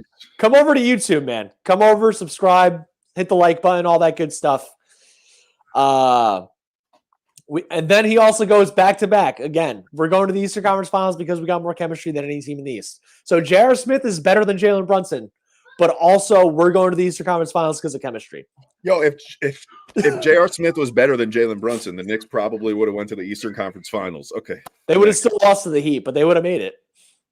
Oh, he's talking about the bench. Shit. Okay. What are we doing today? You guys would you guys take drugs because trades happened today? What are we happening right now? RJ, yeah, dude, love you YouTube, man. Yeah, no, for real. I want you to come on YouTube. It helps us so much more. Ben is the only one we want to stay over on Twitter because he's a Nets fan. Joseph Rivera, thank you. Welcome back. I've seen your name a couple times. Thanks for tuning in. J.R. Smith will cook anybody in these Knicks. He must have been on that crack with Jalen Smith will also cook anyone. Jalen Smith. Wow. I made Jalen Brunson and J.R. Smith one person. Jalen Brunson will also cook anyone on those Knicks. Julius Randle and Carmelo Anthony are spending the whole time just scoring on each other. I don't even know if either one of them pass. He's talking about the bench. Okay, so let's say, sure, maybe. Let's say 6th man of the year does trump most things. Okay, sure. Let's move. Let's keep moving. Why are we talking? Would you actually, different hypothetical. I like this. Who do you like more as a piece on your team? Like J.R. Smith, the 6th man, or Mitchell Robinson? I like everybody that's not Mitchell Robinson, the backup center. I like anybody who's not. Who do you think is better at their job? Insert name, and I'll pick them over J.R. Smith. You're not picking Deuce McBride over J.R. Smith. I wouldn't even do that, and I love Deuce McBride. Mitch, yeah, obviously Mitch. J.J. McDougal, drugs and trades, baby. Bing bong. Yeah, let's do that LeBron James handshake. Ready? What? Oh. Or was that that's the Aaron Rodgers, isn't he? He puts it on the helmet. Yeah, it's him and Sauce Gardner. They smoke. Yeah, dude, that's why you're Aaron Rodgers. You don't even know your own thing. What are you doing? What other? We got anything else crazy going on? What's happening? You want to talk some Super Bowl real quick for a little? Yeah, we make another move, but I'll be spamming Twitter. See you, boys. Great trade deadline. Go Knicks. Let's go, Teddy. Let's go, Teddy. You're in it with us, bro. Let's go, Knicks. You got this. Yeah, show the dogs. My dogs are sleeping. Yeah, this guy, only thing he says is show the dogs. Yeah, I like it, honestly. I really like it, honestly. I love who doesn't love dogs, you know? No, Vin. Let's get Super Bowl. Let's get some Super Bowl takes, man. And we'll make this real quick so nobody leaves. Or I'm assuming most people that are NBA fans are NFL fans. Who doesn't listen? If you want us to stop talking about the Super Bowl, just say it in the chat, and we will. Taylor Swift wins the Super Bowl. That's your take. My take is Taylor Swift wins the Super Bowl. She's bringing in so much money for the NFL that the Chiefs win. Taylor Swift wins the Super Bowl. Henry actually made a parlay that has the Chiefs Knicks in his parlay. This man's crazy. I like it. I want to know how long ago you made that parlay. Did you just do it like in the past couple of weeks, or what's the payout on like $100 on that? I want to know for the Knicks. What did the Knicks bring it to? The payout's mostly Knicks. I'm pretty sure the Knicks are still plus 3,000. I'm pretty like hold on a second. RJH, although we crack jokes, we love you too, man. Thanks for coming. Yeah, man, much appreciated. Although I think J.R. Smith is we are the brand that is going to make jokes. We're going to do the crowd work. Listen, we like being this. Come here if you want to have fun. Yeah, we're smart, dumb. If you want to have fun, come hang out with us. If you want to just not be answered and just hear sports, there's a bunch of outlets for that. But we're going to break your balls. Yeah. I mean, we appreciate super chats, but like when we don't get them, it doesn't matter. KFS and Knicks and KFTV, it's either you have to call in or pay. You don't have to do either one of those things here. You can just hang out. We just want to break your balls, and we want you to break our balls because it makes it more interesting. And we can say break your balls on our podcast because we're not kid-friendly. The Knicks are still plus 3.5 against Dallas, although it does look like it's about to go up. Henry said it's plus 6071. 600 to 1 odds. That makes sense. Put down 100, bro. I'm not. Put down 100. I don't think the Knicks are winning the title. Why would I do that? No, I'm talking to Henry. Oh. Put down 100, bro. He already put down money. He said he already bet it. I'll throw you $5 towards it. Let me get in on your bet. Let me get it on your bet. All right. So currently, listen, we talked about the deals. The Chiefs are plus 2.5 right now, man. You taking that line? That's also plus 110 Chiefs money line. Taking that line. Listen, I want to talk into your expectations of these basketball players that we had come to our team. Because if you see above us, that's our name. And today is the most important day. It says big Taylor Swift energy. What do you mean? What are your expectations for Bogey when he gets here? What do you think his numbers are going to be? Obviously, his efficiency is going down. He's not getting the ball as much as he was. But what do you think he's bringing to the table for us? What is Bogey bringing to the table for us? Well, and I can't wait to make Bogey shirts. I know you can't. 2 for 1 losing, baby. Yeah. Well, by Bogey, I'm assuming you mean Deebo Samuel, whose line is only plus 16 and over under 16 and a half for running. That's what I'm talking about. Deebo Samuel is so running for more than 17. He's so running for more than 17 yards. We talked about Knicks for like 15 minutes. They've been holding him back. They didn't play him that much last week. This man is hitting 17 yards. Kyle Shanahan's been cooking up some good Deebo Samuel. Household chaotic. Brandon Ayuk only plus 4.5 for receptions, getting plus 128. I want them all angry. I want everybody in the Politi household to be angry. I want the Chiefs to win. I want to know what you think Bogey is bringing to this game. The Knicks. What is he doing for us? Eugenio nailed it, man. He's bringing chopped cheese and bringing threes. He's chopped cheese on defense. He's banging threes. He's gonna hit the mid. That bad? What? Is his defense that bad? He's long and slow. I don't know. He's like an 18-wheeler these days. You can get him going. It takes a little while. He's gonna let the guy go. He's gonna let the little speeder go past him.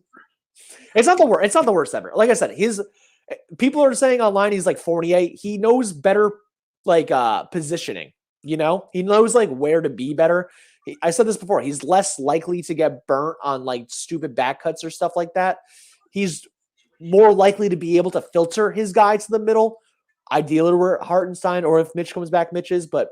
He's not getting back for transition defense. He can't be your point of attack guy. You had a take, I think it was yesterday or 2 streams ago, where you're saying the way these overseas players come into the league, just knowing more team effort. Can you elaborate on this and why that is going to help us with Bogey? And I'm not the originator of this take. It's something that I've heard from listening to other NBA player podcasts and stuff, that even if guys in America, even if a lot of them are more skilled than European players come in with more fundamentals. They spend a lot of times in their youth, and Popovich has said this before in interviews, when they're in their teens, their AAU ages, right?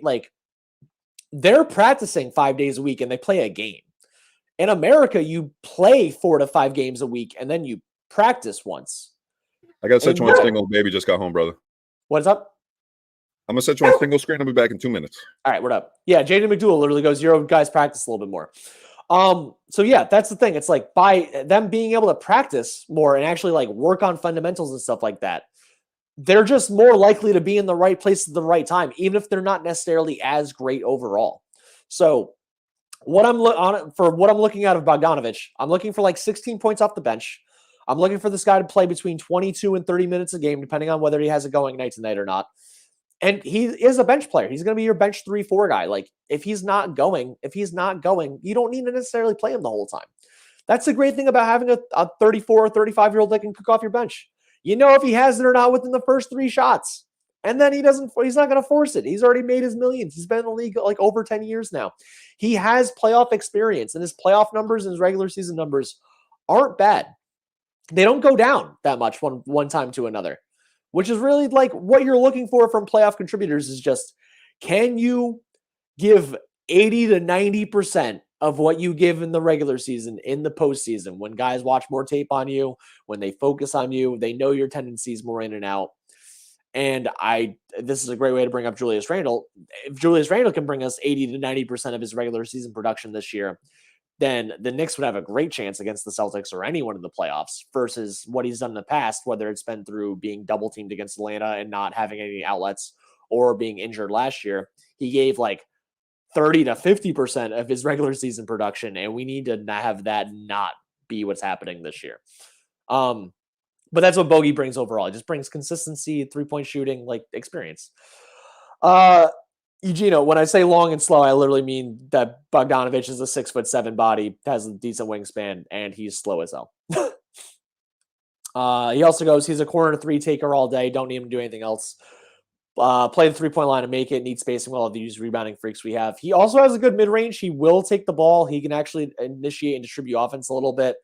There were a lot of times in Detroit Pistons games of the past couple of years that they take the ball. Like Cade doesn't necessarily close with the ball in his hands. A lot of times it's Bogdanovic out there.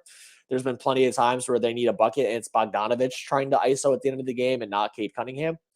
Is Bogdanovic good enough to do that consistently? I mean, the record tells you probably not. Definitely not at this age, but at least he's willing and able to do it. Henry goes, Baga should be limited to 20 minutes a game, put in some threes, and punch other team's second unit. I think he'll play, I think he'd probably play a little more than 20 minutes per game. I think it is between 20. I'm saying 22 to 30 is a large range, but I'd probably, if I had to like pinpoint the minutes, I'd probably say like 24 to 25 minutes per game. And yeah, dude, again, this is like all you can actually ask for. Apparently, Eugenio doesn't like long and slow. I hope you didn't watch. I hope you didn't catch Drake, man, because there you go. Ben, watching Bogdanovic play at Barclays a month ago, he was cooking. Yeah, dude, that's the thing. Bogey can cook when he gets a chance. All right, Finn's going. I came back. I was about to bring up more NFL props. Guys, all right, who's ready? Brock Purdy passing yards. Over 246.5. He's not hitting that.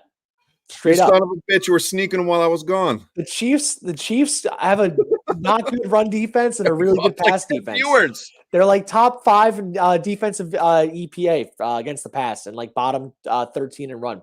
They're going to run the ball. Hammer Deebo. Hammer Christian McCaffrey. Brandon Ayuk will get good receptions, not a lot of yards. I'm just saying. We might be missing out on Drake. Go ahead, filibuster. Keep talking your sports for a minute while I. We got more trades. We got more trades. You ready, bub? I'm ready.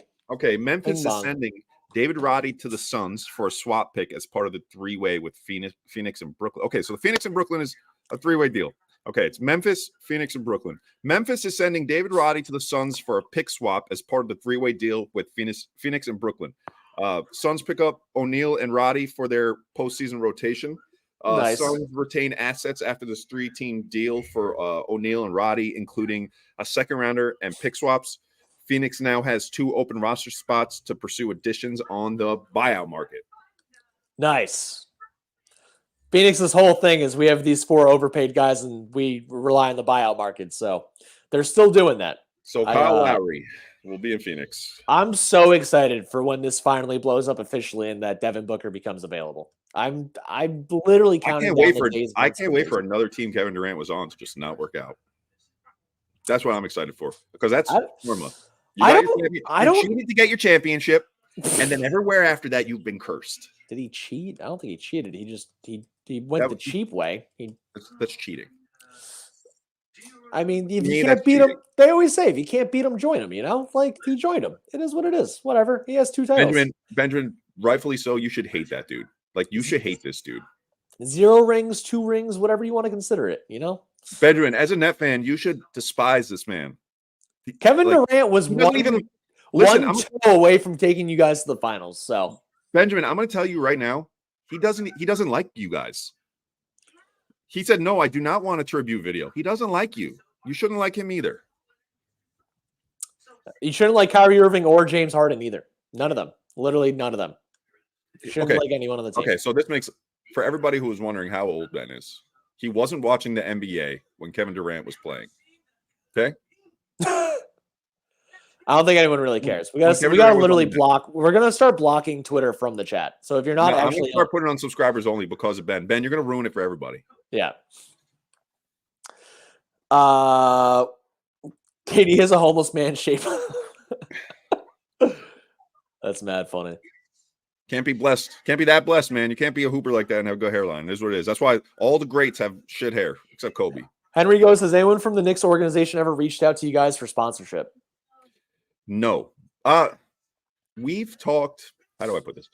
We've dealt with NBA players. We've done things with NBA players, but nobody from the Knicks yet. I know we don't have the largest YouTube following yet. I know we're still pretty new to this game, but like Twitter and Instagram. We've been crushing and doing really well for a while. We're pretty known on the Josh Hart sees our stuff constantly. Stephen A. Smith only follows one Nick fan account, and it's ours. He doesn't follow KFTV or Nick's Film School. And not to I don't really like talking about this stuff because I like to stay humble. But yeah, we work with brands like Daps. We collabed with Isaiah Hartenstein. We collabed with Dante DiVincenzo.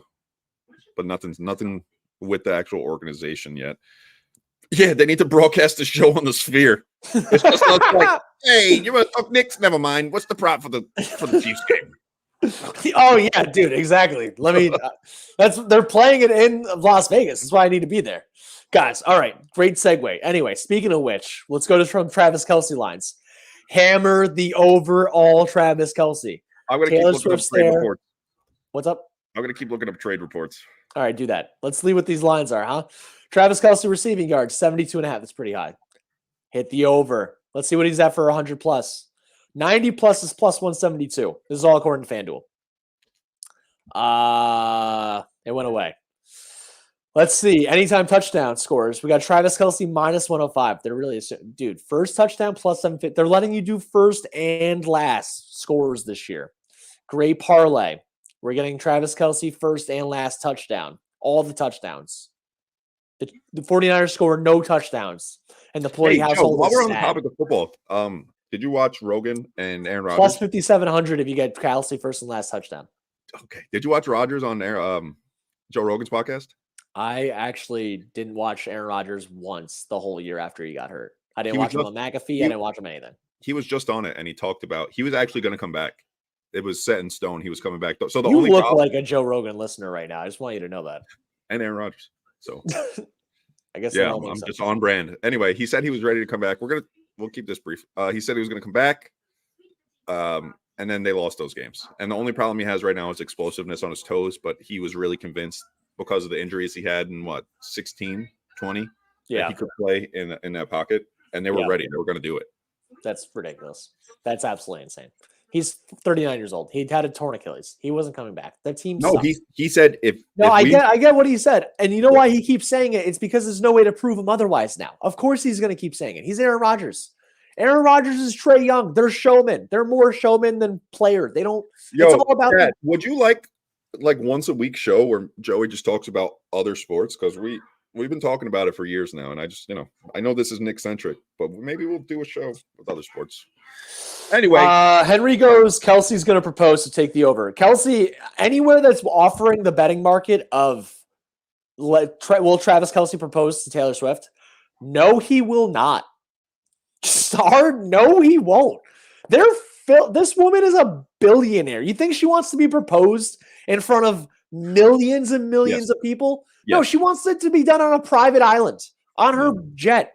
They're not doing it publicly at all.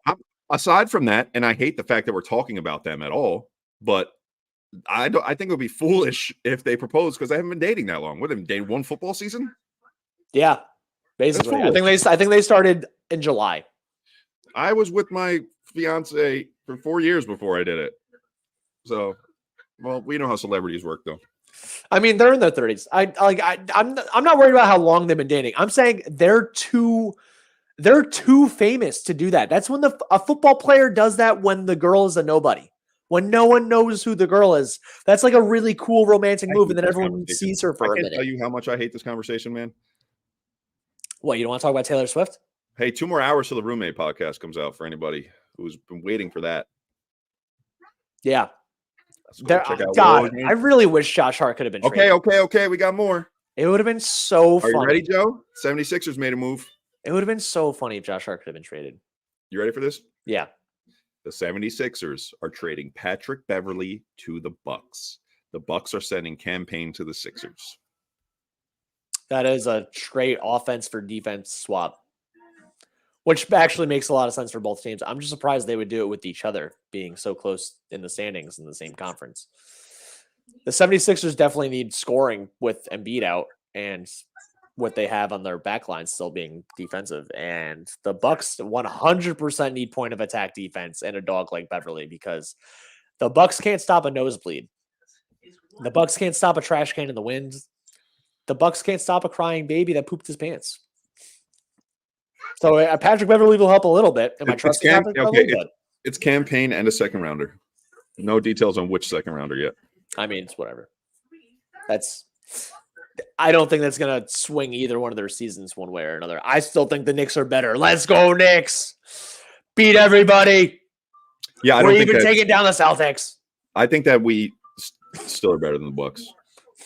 I think we still pick the Bucks. That move does nothing to move the needle. Dude, how many games in a row? Like, what are they? 1-4 or 2-4 now with Doc? Is it 1-4, 1-5? I don't even remember. I didn't even look. Do you know the update on Embiid's injury? I think it was season ending. No, he might go for surgery, or he is going for surgery. It's not season ending. He might be coming back in a few weeks. Or not a few weeks. He's not going surgery. I thought he was getting surgery, but I think it's not season ending. Let me Google that real quick. He had the procedure. He had the procedure 2 days ago, and he's going to be reevaluated in 4 weeks. So it's all based on recovery. He's roughly on the Julius Randle timeline. Julius Randle's being reevaluated 1 week from now. Frankie, go. What's up, baby? I don't think I've ever seen your name before. Have you, Joe? I have not. Thank you for tuning in, man. Welcome to the chat. Appreciate it. If you can, hit that like, hit that sub. This is the most laid-back trade deadline stream you will find today. And we will talk to you about anything you want to talk about. We're not worried about nothing. We don't got no standards over here at Big Nick Energy. Exactly. We will steal your memes. And your videos, by the way. Tag, I hope you're watching. I know you're not because you blocked us. Tag, you literally steal content from the NBA and then get mad that other people bookmark and use your content. And the only reason you called out or got mad at us is because we have a bigger following than you and it bothered you, even though it says your name at the bottom of the video, and now it says a period because you have to use your own burner account because the NBA literally warned you about making the videos. So I don't understand why you thought you would block us or make it seem like it's a thing that you're doing. You don't own the rights to any NBA highlight. We're going to steal them, and we're never going to stop stealing them. You're like a 20-year-old kid. Never stopping. JR Customs, here's $10 super chat. Here's to no standards. No standards. Let's go. Here's to the funnest. No standards. Let's go. Go, JR. BKE. Go, JR. BKE. Alec Burks. Bogdanovic. Alec Burks. Bogdanovic. Fucking whatever this move is. That was the whitest thing you've ever done on camera. Like, this is very public. You want to know something very funny about that? Go ahead, Joe. Ronnie Boatwright, while we were off topic, do y'all like the WWE? I work for the WWE.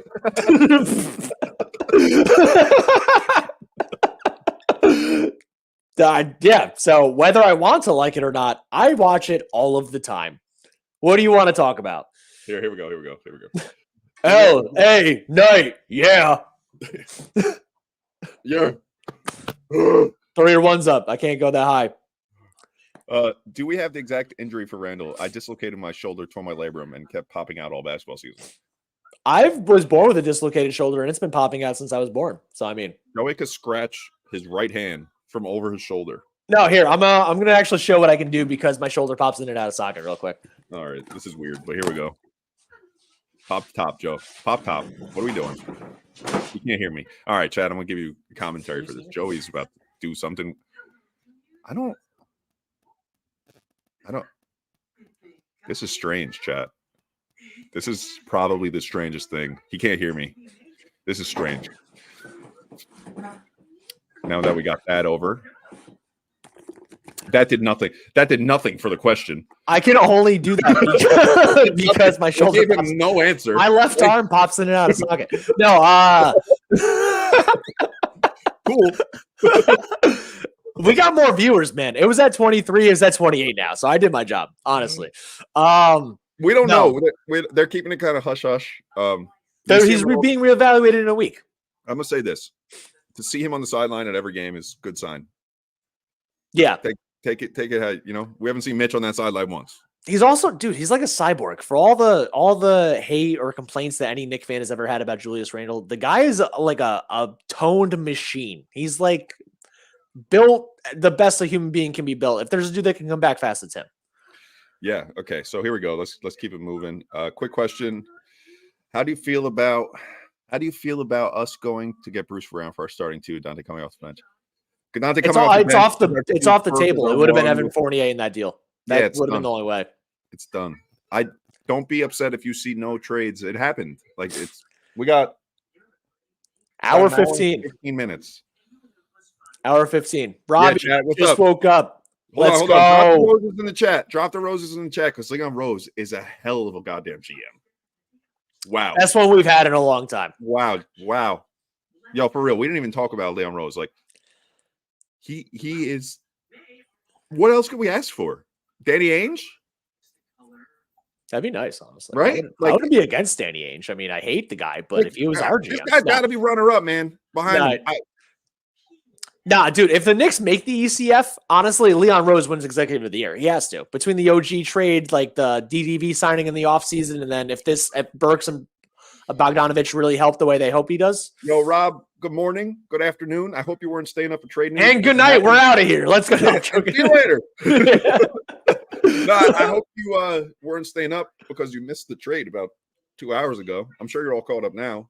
As the name of the chat says, we acquired Bogdanovic and Alec Burks. I was like, is it 2 hours ago? We've been going for almost an hour 40. And this was Quentin Grimes, Malachi Flynn, Evan Fournier. I'm reading it as it goes. Ryan Arcidiacono, and 2 second-round picks. Can you try? Wait. I love hearing you say names terribly. What's Ryan's last name? Come on. You got it. Ryan Arcidiacono. Fuck him. Hearing an Italian person try to announce another Italian person's name is got to be peak comedy. You know what's crazy? He's probably coming back. He's probably getting waived next year. Yeah, no, literally next year he'll be back. Same thing. He'll just be traded again. It's Arcidiacono. He's not a Knick anymore. I could give a shit less. It will be. He's going to be on the coaching staff soon. Him and Taj are both future coaches on this team. If Rob Brunson's still here on a sprained ankle, the coach should be fired. That's up to the medical staff, man. It's like if he says he's available, man. If Jalen, if they're putting him through the test, right, and he's like, it doesn't hurt, then he's lying. But again, assuming Jalen Brunson doesn't play, the Knicks are like 7 deep right now, and they're not that. They're probably the best game of the year. The Mavericks are only 3.5 point favorites. You could probably make that be like a minus 11.5 alt line and be good. Why did Detroit make? That's a good question. Why do you think Detroit made this trade? To get more draft picks and to get Quentin Grimes. Yeah, they're probably going to run Quentin Grimes. Quentin Grimes is probably a future 5 years with the Pistons. He'll be there for a while. At least this year or next year. So like Emmanuel Quickly and RJ Barrett traded with the OG trade, right? Since they've been in Toronto, Emmanuel Quickly's assist numbers have skyrocketed. Obviously, he's their starting point guard. His shooting has gone down. You could tell he's adjusting a lot to his new role that he did want and not beg for, but really desired to be a starting point guard in the NBA to try to show off whatever the highest level of his abilities are. And I've said on camera that one of the hottest takes I've ever made for BKE, granted it was before we had a larger following like this, and this still isn't large, but it's bigger, is that I believed Emmanuel Quickly would become an all-star for a team that wasn't the Knicks before RJ Barrett would ever become an all-star for the Knicks. I might be half wrong on that in the sense that RJ Barrett might still make an all-star team before Emmanuel Quickly, but I nailed that RJ Barrett wasn't going to be here. And they're both on. And now RJ's actually doing well over there. And Quickly we got more Shams updates, bub. Adjust. What's up? The Detroit Pistons are releasing the 2021 number 7 pick, Killian Hayes. They just released him. Killian Hayes is about to be a Knick. That would be great. I would love Killian Hayes to be a Knick, man. We don't have a third string point guard right now. Oh, man, that would be great. They have Jalen Brunson and Deuce McBride. Let's see if Woj got anything going on.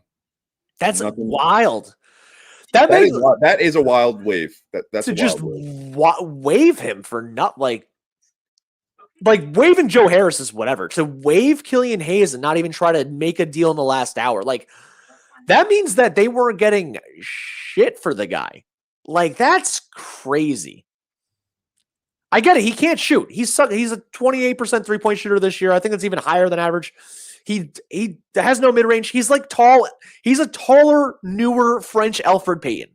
Well, Joe, I forget what I told you about the Knicks have what they can offer the most to buyout people right now. 2.5. No. There was some exception or something that the Knicks are allowed to offer these buyout guys some good money.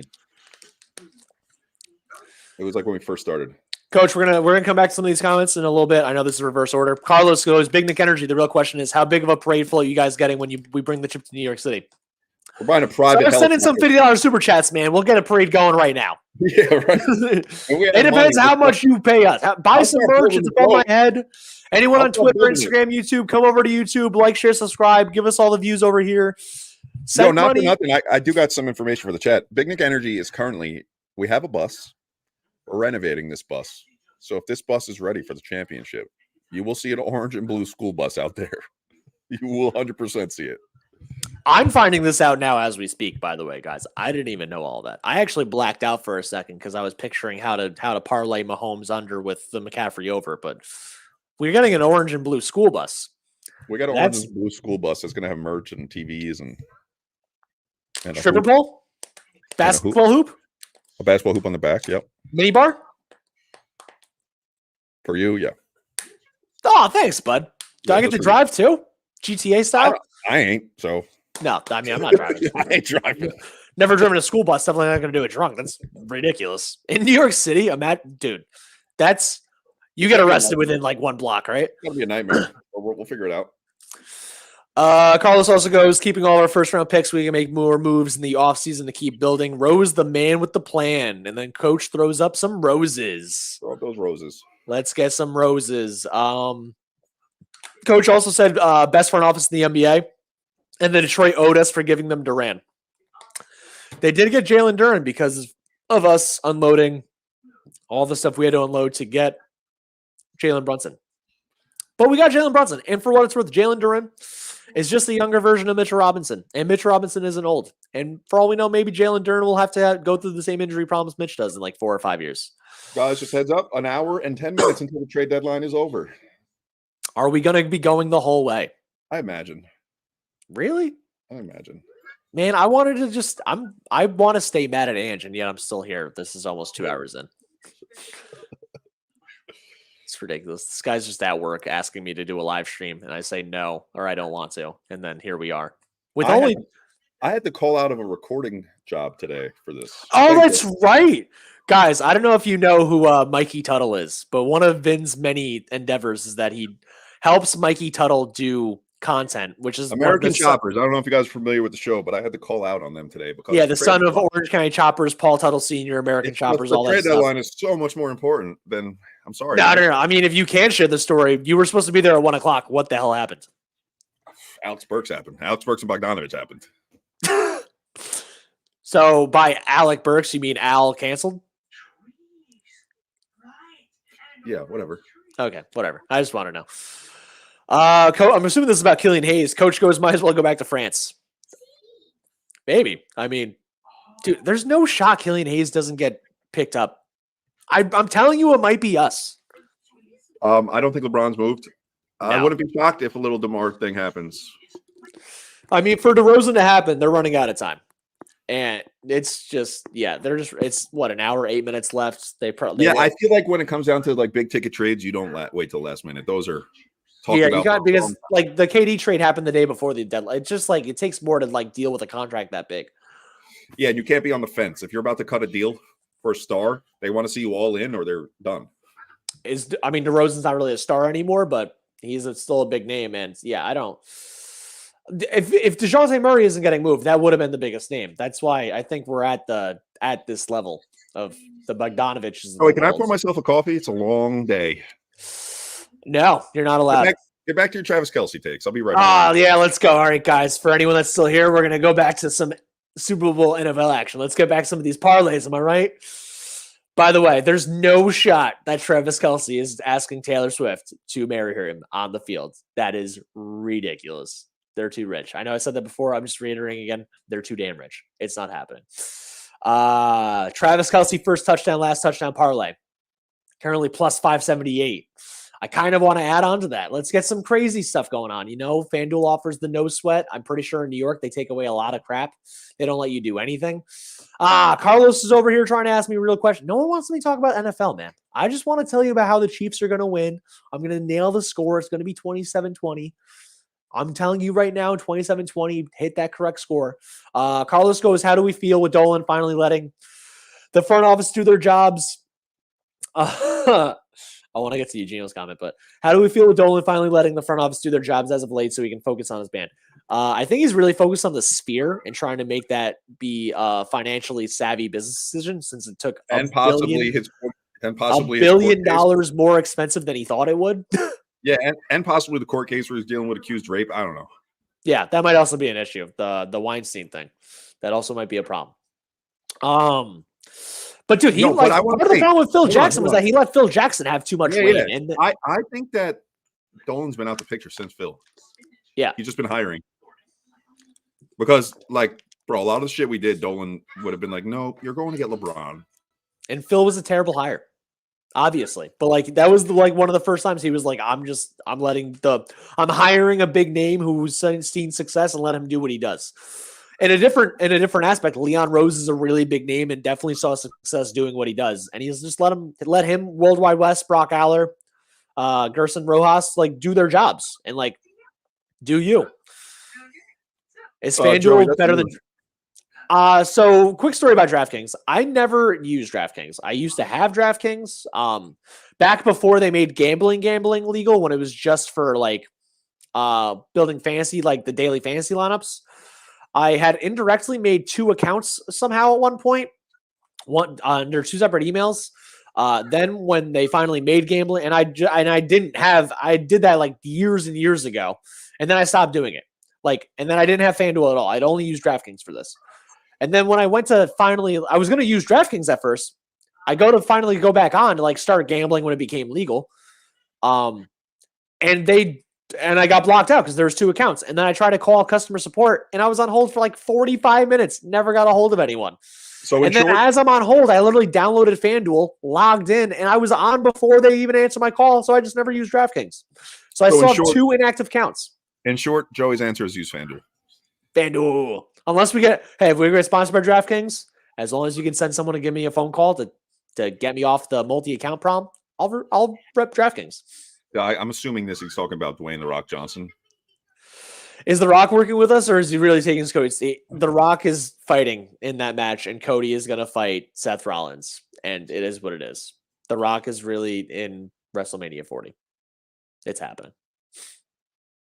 And he's going to lose because Roman Reigns never ends. Hey, I'm gone. All right, now you're gone. I don't know where Vin went, but yeah. So I think The Rock is real. I think Cody is gonna beat Seth, and I think the Judgment Day actually finally comes out, and they let Priest actually cash in.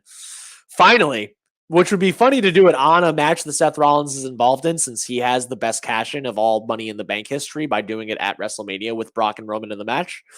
But they would never do it to Roman, because Roman rules the company right now, and he's their biggest money maker, which is why he gets to do whatever the hell he wants for however long as he wants. Eugenio was like, I hope Antonio Brown takes T Swift away from Travis. Would be hilarious. Taylor Swift would make a lot of breakup music for when that ended up not working out. Henry goes, the Sphere's been a bust. It looks really cool on the internet, which is really all you can ask for. Terrence agrees with me. FanDuel is better. I agree entirely. Oh, Terrence, I wanted to talk to you before, man, about the Alex Caruso not being worth 2 first-round picks, because this goes into the same thing that OG Anunoby got offered 3 first-round picks last year, or what was it? Finney Smith was just offered 3 or 4 first-round picks or something like that. If you're one of the 4 or 5 best defensive on-ball perimeter players in the league, you are 100% worth at least 1 first-round pick, maybe 2. Apparently, they're not getting 2 for Caruso, but he's on a $9 million deal, which you can argue he's underpaid, which adds value to his contract. He's one of the best defenders in the league. You can plug him in. He has a championship to his name. He's one of the best, just role-playing creative players in the league. Never asks for the ball, never complains, just does his job. He can cover everyone 1 through 4. Of course, the guy's worth 2 second-round picks. Just because he doesn't score 25 points doesn't mean crap when you can do everything else. Just look at Josh Hart. Josh Hart got Cam Reddish in a first-round pick. And some could argue Cam Reddish was worth a first-round pick on his own last year. So it's the same thing. He also goes, The Rock will beat Reigns. I don't think they would put the title on The Rock straight up. I just don't see why they would do that for any reason. It just like he's like to make a part-time guy happen is just like Roman Reigns already is a part-time guy. You 100% bring, and then he goes, you don't bring The Rock back to a big event to lose. You bring The Rock back for WrestleMania. That's it. You just bring him back for WrestleMania. He's one of the last guys that Reigns hasn't fought. He's beaten Lesnar. He's beaten Goldberg. He's beaten all these guys. It's just like, he's just like, I don't know. I don't see it. I don't see a single world where The Rock wins that fight. And then literally have to fight again a month later to drop the belt because he's still in Hollywood and he's not going to ever be a full-time wrestler again at his age. Like, you don't build up Roman Reigns for thousands of days worth of a championship reign to have him lose to the 50-year-old Rock. It just, or 40 whatever-year-old Dwayne Johnson. It's not happening. What's it called? Enough of the wrestling. I got to update. I got to trade. You go right back to it. All right. Reunion. Shams starts this tweet by saying reunion. Memphis is expected to acquire Yuta Watanabe from the Suns as part of this 3-team trade, sources said. Suns are sending out 3 other minimum salaries: Keita Bates, Diop, Jordan Goodwin, and Shamizi Matu. Nice. For who? What was the other two? What was the other? There's a third team you said. Yeah, we just went over that. It was Oh, is that the Suns deal. Gotcha. Okay. Who was what was the main guy again? Nothing from Woe. Say again. What was the main guy again in the deal? I just know. Okay, we'll go over the whole trade. Okay.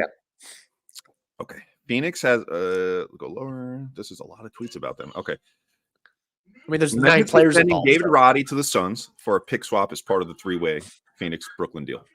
Suns pick up Royce O'Neal and Roddy for their postseason rotation. Suns retain assets after this 3-team deal for O'Neal and Roddy, including a second rounder and pick swaps. Phoenix now has 2 roster spots open to pursue additions on the buyout market. And the newest update to that is Memphis is expecting to acquire Yuta Watanabe from the Suns as part of this 3-team deal. Suns are sending out 3 other minimum salaries as well: Keita Bates, Diop, Jordan Goodwin, and Shamizi Matu. Maybe Killian Hayes goes there. I don't know if he'd sign for a minimum at his age. Maybe he's going to try to get a better deal still because he still has potential based on his age. But still no update on DeJounte Murray for everybody who's asking. It's not happening. DeJounte's staying in Atlanta, guys. He's going to cry. We're all going to cry. Yeah. We were right here. I wanted to do this one football thing real quick, and then we get to all the basketball ones, and you can pick the chats after this, Ben. Odds that Mahomes' dad's catching another DUI before the chip. Why hasn't his rich son got him a driver yet? I think so my grandfather is 90 years old. There is a point to the segue. My grandfather's like 90 years old. He literally got it. My dad's taken his license away multiple times. He can afford a driver. He can get driven around by anyone in his family. He can afford a driver. My family has owned a machine shop for years. He has money. He still insists on driving. He'll steal his keys back at 89 or 90 years old, drive the car. This man hasn't stopped at a stop sign since I was 7 years old. If you want to drive, especially if you're rich and you're drunk and you're more willing to convince yourself to do stupid things, you're going to drive your car no matter how many drivers you can call. It's just, I don't think he's going to get a DUI in the next 5 days or 3 days. And I think the Chiefs win on Sunday. So, I mean, I don't think he gets another one before the chip. Will he get another one in his life? Listen, I have many, many friends, and all the friends I have that have gotten DUIs don't get one immediately after. They kind of learn their lesson for a little bit. Yeah. And then maybe 4 years down the road, they get another one. Exactly. Okay, so let's go. Here we go. Let's start here. I believe this is where we were. Has Hartenstein proved enough to stay the starter for when Mitch comes back? Much love. Oh, that's my man, John. What's up, John? What's going on, brother? That's my weed dealer from Curaleaf legally because this is 2024. Has Hartenstein when YouTube started, that would have been still illegal because YouTube sold. Yeah, we can say this now without getting booted off YouTube. Woo! Yeah, add money. Woo! I do believe Hartenstein stays a starter. Unfortunately, I own a Mitch jersey. Mitch is like, I love him like a son. But I think Isaiah Hartenstein is just playing too high of skill level. With that being said, though, I think I agree with that. And I think, again, based on the iHeart contract situation in the future, that he's probably more likely to get a bigger bag from another team than New York can offer. I think Mitch starts again next year. Also, if Mitch comes back in April, you don't want him starting 4 games into the playoffs anyway. Yes, and I think it's too far into the season that to change up, to just change that up. These guys know how to play with Hartenstein now this season. Like they click. I wouldn't change that. Yeah. And that doesn't take away from how much we love Mitch and how great I think Mitch is. It's just, if it was opposite, I would probably say, no, we got to keep Mitch. Here, Terrence, I just want to get back to this real quick. He goes, you don't give 2 first-round picks for a great defender and stat stuffer. Is Caruso a player you build a team around? No, Terrence. A person you build a team around is worth 5 first-round picks or 4 first-round picks and great players. 2 first-round picks that end up being, if you're trading 2 first-round picks for Alex Caruso, much to the point I was trying to make to Vin before, not all picks are created equal. If you're doing that for Alex Caruso, it's because you're a good team and you think you have a chance to make the finals. Those 2 picks in the next 2 years are the 28th and 26th pick back-to-back years. You're not giving the 5th pick in the draft for Alex Caruso, but you would definitely give 2 27th picks in the draft for Alex Caruso. Let's go to so James Lee said, it's really sad to me that y'all are so happy for Bogdanovic. I don't know if you're a Knicks fan. I hope you are. See? Bogdanovic? See. I just want to put C. We got it. I hope you're a Knicks fan. And if you're not excited, I don't understand why. Like, we thought we were just going to get Burks. Then we would have been sadder, by the way. I just want to point that out. We just got rid of guys that don't matter that much. Okay, we can argue Quentin Grimes, sure. But you're going to see the value in, I think, Bogdanovic alone. That you're going to be like, wow, I would have done that package for just Bogdanovic. As of today, Bojan Bogdanovic is the best player in this deal. Will he be the best player a year from now, based on his age? Not as likely, but as of today, the Knicks got the best player in this deal. Know what it's saying to me? It's saying that guys like James Lee, I don't want to insult the guy because I don't mean to, but it's like you got to be somewhat new, because if you think trade deadlines is just all-stars, it's like a new fan type of thinking. Like, I remember when I started watching the Knicks, and every offseason, I'm like, what superstar are we going to get? We're going to get LeBron? Who are we going to get? What voice is that? I don't know. I'm trying it out. I like it. No, keep going. That's how I used to talk. Yeah, who we going to get on this team, Joe? Right? You used to talk like a 70-year-old guy from the Bayou? I've been your friend for a while. I've never heard that before. Like today, I used to talk sports like this. But no, you got to be happy, bro. Come on. Look at, like, I don't know if guys are looking at the team like, oh, this is our team. Is it DeJounte Murray? No, but is this honestly probably the best second option we probably could have had out of this? Yeah, probably. We got 2 guys we wanted to fix part of a lineup issue. Okay, see, that makes a lot of sense. He's 19. I'm starting to be able to read these folk, James. You figure out based on someone's reaction. Yeah, James, it's coming this summer. What the thing you want is coming this summer. Did you know, by the way, Vin, did you know the WWE is scripted? I'm just finding out with this comment right here for this company I work for that it's scripted right now. You're telling me that Undertaker didn't rise from the dead for real? Is that what you're telling me right now? Wait, hold on a sec. Also, RIP Bray Wyatt. But you're telling me that Bray Wyatt didn't break into Randy Orton's house, threaten his family, and then choke him out and then leave? You're telling me the Rock's tattoos are fake? Wait, you're telling me that the people's elbow is not the most devastating move in sports entertainment?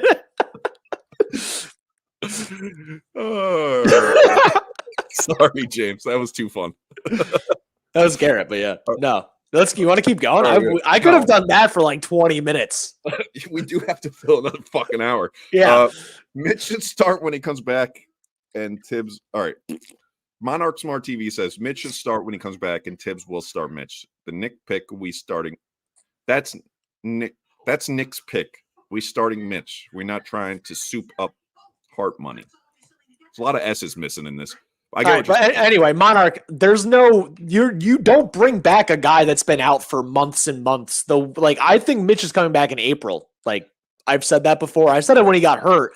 I literally made a 6-minute video explaining why he wasn't going to be out the whole time. I just posted it for Instagram subscribers, which we have one of, by the way. So if you want to subscribe, we get more subscribers. Maybe I'll make exclusive content over there. Just throwing it out there. But I literally made a video saying that like he's not going to be out the whole year. They're going to be declined the disabled player option, and I ended up being right. He's due back in March or April based on his injury. There's no shot they're going to have this dude who is known to come back needing time to get his cardio up and being able to actually ramp back up, that he would just be thrown back in the starting lineup for 28 to 30 minutes a game like he was playing before, for like 4 to 6 games before the postseason starts, when Isaiah Hartenstein will have started all but 2 games not 2 games, all but 2 games since Mitch has been out. Like, you just don't do that. You put Mitch on the bench. He's going to start with probably 12 minutes, then 16 minutes, then 18. And then hopefully by the playoffs, he's able to play 20 to 22 minutes a night. But the way iHeart passes the ball, the way he distributes the ball and all that stuff, Vin is Patrick Ewing, and I am Bernard King. Was Bernard King 32? I forgot. I'm 32. He's 33. But yeah, there's just no shot that Mitch is going to come back and then start. You just don't do that. And iHeart is going to get a bag. iHeart's going to get like $16 to $20 million, and it can't be from New York, unfortunately, because of the rules. Like, Hart only playing like this because of Tibbs. No team not going to offer Hart no big money. Tibbs is the mastermind behind all of our centers. Don't matter who it is, they play good for Tibbs. That is the truth. Listen, anybody Tibbs throws out there is because Tibbs bought into them, and they bought into Tibbs. I don't fully believe that, because if that was the case, Norvell Pell would still be in the NBA, and Nerlens Noel would still be in the NBA. Some guys, and that's only good for defense. Defensively, center-wise, I do agree. Tibbs can actually train you and make you good and like make the scheme fit around you and all that stuff. Offensively, Isaiah Hartenstein has his own offensive skill set and bag that has nothing to do with Tom Thibodeau. Terrence says, I just see players differently, and I've never been that high on Caruso. Good player. He just doesn't do it for me like that. Yo, Terrence. How much? Hold on, Terrence. Actually, hold on, Terrence. Let me know. We have another hour of this. If you want to pop up, I'll send you the link, because I know you wanted to come on and we can talk. So let me know in here. And then Terrence, also, even if you don't pop up, how much would you have given for OG Anunoby originally? Because he's just a better version of what Caruso is. He's a role player that doesn't put up a lot of points and stuff like that. James, I actually take this as a compliment. And you will too once you actually hit the age of 30, man. Being called nerdy sucks as a kid, which is really dumb and a poor way of thinking, because convincing you or your friends that they're nerds makes them underachieve in life. You convince them that they should stay down a level versus being the best person they should be. You should only think of the word nerd as a compliment. It means you're intelligent. You shouldn't think of it as an insult, because that means the person calling it to you is dumb. Ooh, but we don't think you're dumb, James. We love you. Yeah, you're just young. You'll figure it out. I got to get the Instagram back up and running. It'll only give us an hour cap, so you do whatever you want for 5 minutes. We have a bunch of comments I haven't answered. I can always go back to the, hey. Please, God, don't do that. Did you guys know that the WWE scripted? Wait, hold on a second. You want me to talk about more Travis Kelce props? I can do that too. So anyway, comment in here. Go through the Knicks shit, please. God. All right, hold on a sec. Did you know that when they do the tombstone pile driver, their head doesn't actually hit the ground because the guy's too tall? Wait, did you know that when they do the rock bottom, it's actually one of the softest landing moves because the guy's arm actually cups him a little bit? Did you know that Maven actually, the former wrestler Maven actually has a really, really good YouTube channel where he actually explains all the intricacies of wrestling, from the moves that really hurt to the moves that don't hurt that much. Also, did you know the F5 hurts no matter what you're doing? It really sucks to be thrown face first onto the ground from 6 feet in the air. Who would have known? All right, I'm done with that. I can keep going, but I'm done with that. He's 90. Mahomes' dad has a kindergarten haircut. Get a damn driver. Good luck telling him that, man. He's probably going to keep doing whatever he's doing. Terrence, we already went through that. Vin was way ahead of me on these. They should just go back to splitting time, like before with Mitch and Hartenstein, play whoever's hot. So before Mitch got hurt, I know a lot last year that they basically split the 48 minutes only between the two of them. Like for the games that they played together, it generally ended up being either 26 or 27 minutes for Mitch, barring foul trouble, and then either 21 or 22 minutes for Hartenstein. And that's how they got to the 48, obviously. But I honestly think it would just be the other way. I just think it'll probably be like, assuming Mitch does get to the point of like full cardio, full ramping up, ready to go. Ihart will get the 26 to 30 minutes, and then Mitch would get the 18 to 22 minutes. Pistons are clearing house, bro. They good. Detroit Pistons have waived Daniel House Jr. They they literally just got him for a pick and then waived him immediately. Nice. You know what the Pistons are doing? They're doing a lot of these guys a favor. Imagine being told you get traded to the Detroit Pistons. You'd be so mad. And then 2 hours later, your agent's like, you've been waived. And you're like, oh, thank God. I don't have to go to a 5-win team. That's so nice. I just want to say Shams is taking the lead over Woj right now. Woj did his job, man. He's Knicks. Knicks for clicks. Shams is taking the lead right now. Shams is that young buck, man. It's just a passing of the torch. Did we leave off? Okay, we're up here. So hold on a second. I want to say one last thing about this really quick. Also, and we saw it against the Heat a little bit. I don't know why the Cavs and Bickerstaff didn't do it. I don't think Bickerstaff is that great of a coach, regardless of how well they do in the regular season. Playoffs, he has his struggles, much like Tibbs does. Just he's offense and Tibbs is defense, but in the playoffs, they both get game planned a lot of times. Eric Spoelstra had them hack a Mitch. Eric Spoelstra literally had them hack a Mitch. Like, that's all you have to do to really get Mitch Robinson off the floor in the fourth quarter of the playoffs. So regardless, it would have to be Ihart, because you can't have a guy shooting 39% from the free throw line in major important games. Even Shaq sometimes had to come off the floor for a minute or two at the time in the fourth quarter when he was helping lead the Lakers to titles because of Hack-a-Shaq. It takes your whole offense out of the flow. You don't score points anymore. I think Ihart's going to remain the starter the whole year, and I think he's going to close in crunch time way more. All right. What else are we there was one I wanted to hop to right here. Does Bojan start? Absolutely not. When the full health is when everyone's healthy, absolutely not. No, OG is the 3 and Randall's the 4. Absolutely not. But he's going to be a phenomenal backup. I think Hartenstein loves playing in New York. Might take the hometown discount. That's where I'm at with this. A lot of the Knicks players have undervalued contracts. A lot of them did that for the team. I think Isaiah Hartenstein is cut from that cloth. I think he wants to be here. I mean, all right, let's look at where he could potentially go, right? In the offseason. Is there any team, Joe, right now? Let's say, is there any team that is in championship contention that needs him? What championship contending team needs a big? The Celtics. I mean, they just got Xavier Tillman, but he's still an unrestricted free agent. I would say the Celtics probably immediately, because KP is always injury prone, and like he's a guy kind of in this mold. You want to play 30 minutes. Isaiah Hartenstein would never do that, right? I think, dude. So I know you're doing the whole Knicks fan thing, and I respect that. I appreciate the thought. A lot of these guys have one chance to get the best contract available. I feel you, but then you got to look at. No. I get it. But I just think Isaiah Hartenstein, you go to this team, you get the opportunity to start. You're starting great. You have a chance to win a championship. I don't think you want to leave. All right, so I want to do something else. Based on that, I'm going to do the counter argument to you. I'm just going to give a hypothetical real quick, right? So I said the Spurs, because the Spurs made it known they want another 5 to put next to Wemby to protect him. He's really skinny. He needs to get built, blah, blah, blah. You have a chance. And let's say the Spurs offer him, the most the Knicks could offer him next year, I'm pretty sure is like 12.8 or 13 mil a season. Texas has no state tax, and he has a chance to play next to what might be one of the greatest players of all time as this guy matures and develops in Victor Wembanyama. And let's say the Spurs offer him 18 mil or 60 mil a year instead of 13.4 or whatever it is. And there's no state tax. And you do have a chance to help a team grow and be a major part of that for a passionate fan base. Are you in title contention? No. But are you set for life with money? Yes. But are you set for life with 12 mil as well? Yes. I don't know. We'll see. 12 mil in New York with tax and everything like that ends up being like 7. 18 mil in Texas ends up being 14 or 15. We do have a rule here that like anything's allowed. So do what you got to do, buddy. If that's how you want to watch us that way, man. Whatever you're into, man. We're not even saying what he actually wrote. We just put it up, but yeah, okay. This was bullshit. Woj, no.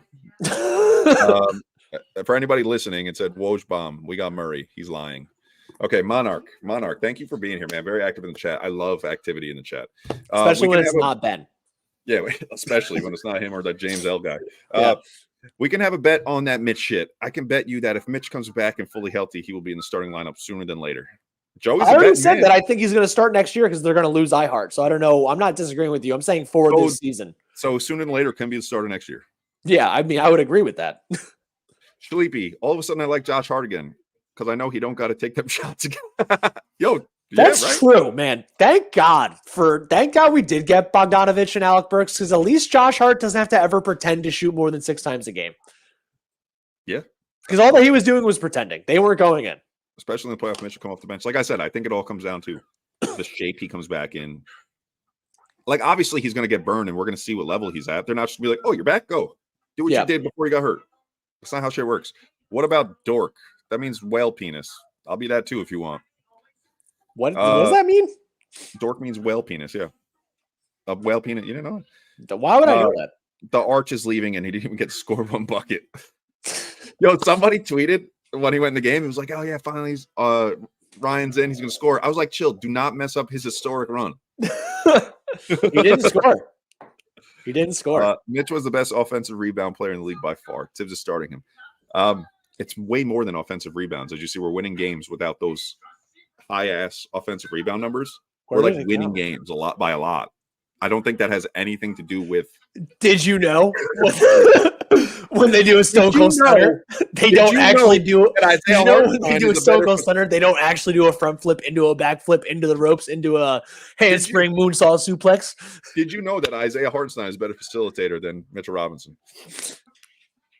Did you know when they do a backflip moonsault nosedive, they actually could hurt themselves when they land on their neck? But did you know that their job is to catch each other and make sure they don't get hurt? 40 minutes left on this trade deadline. Let's see if there's any updates before we get to that comment. Woji baby, what you got for me? Nothing. Shammy baby, what you got for me? Are you gonna read this? Akira from Will Sports. First time I'm seeing. For Wii Sports. First time I'm seeing your name. Thank you. Welcome.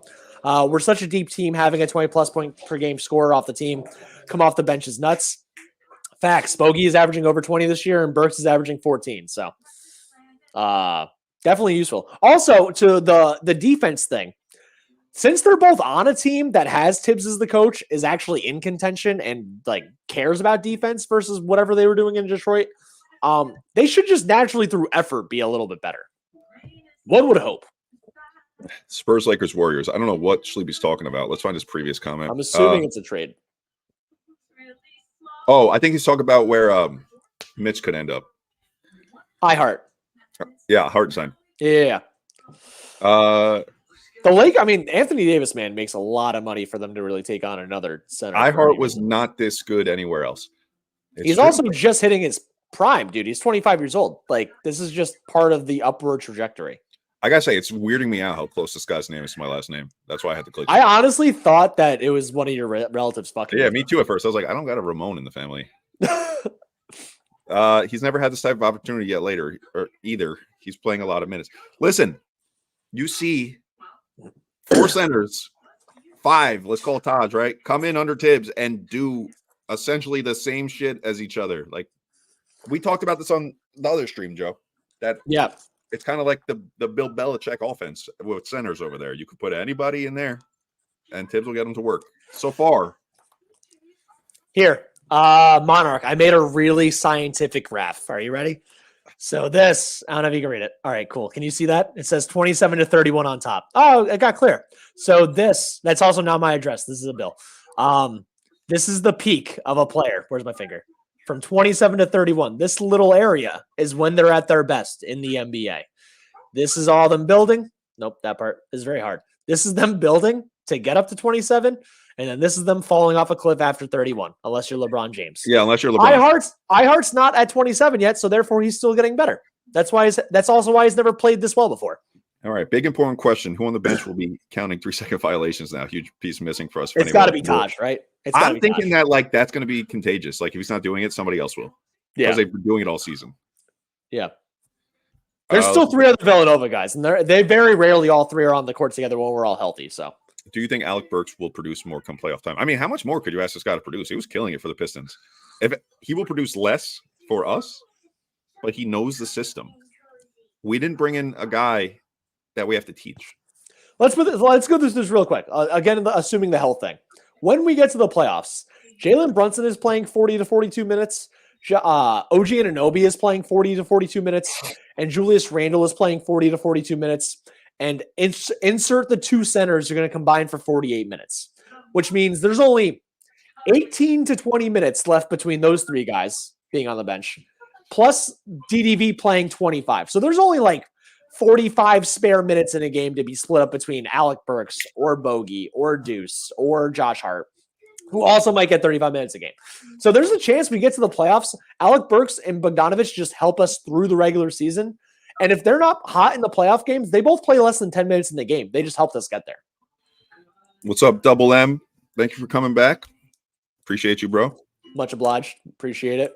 I want Mitch on the bench when he's healthy. Me too, man. You know how I look at it this time with Mitch, man? He's just so injury prone, bro. It's just so injury prone. And that's really the thing that takes me away from him. I have a personal question for you.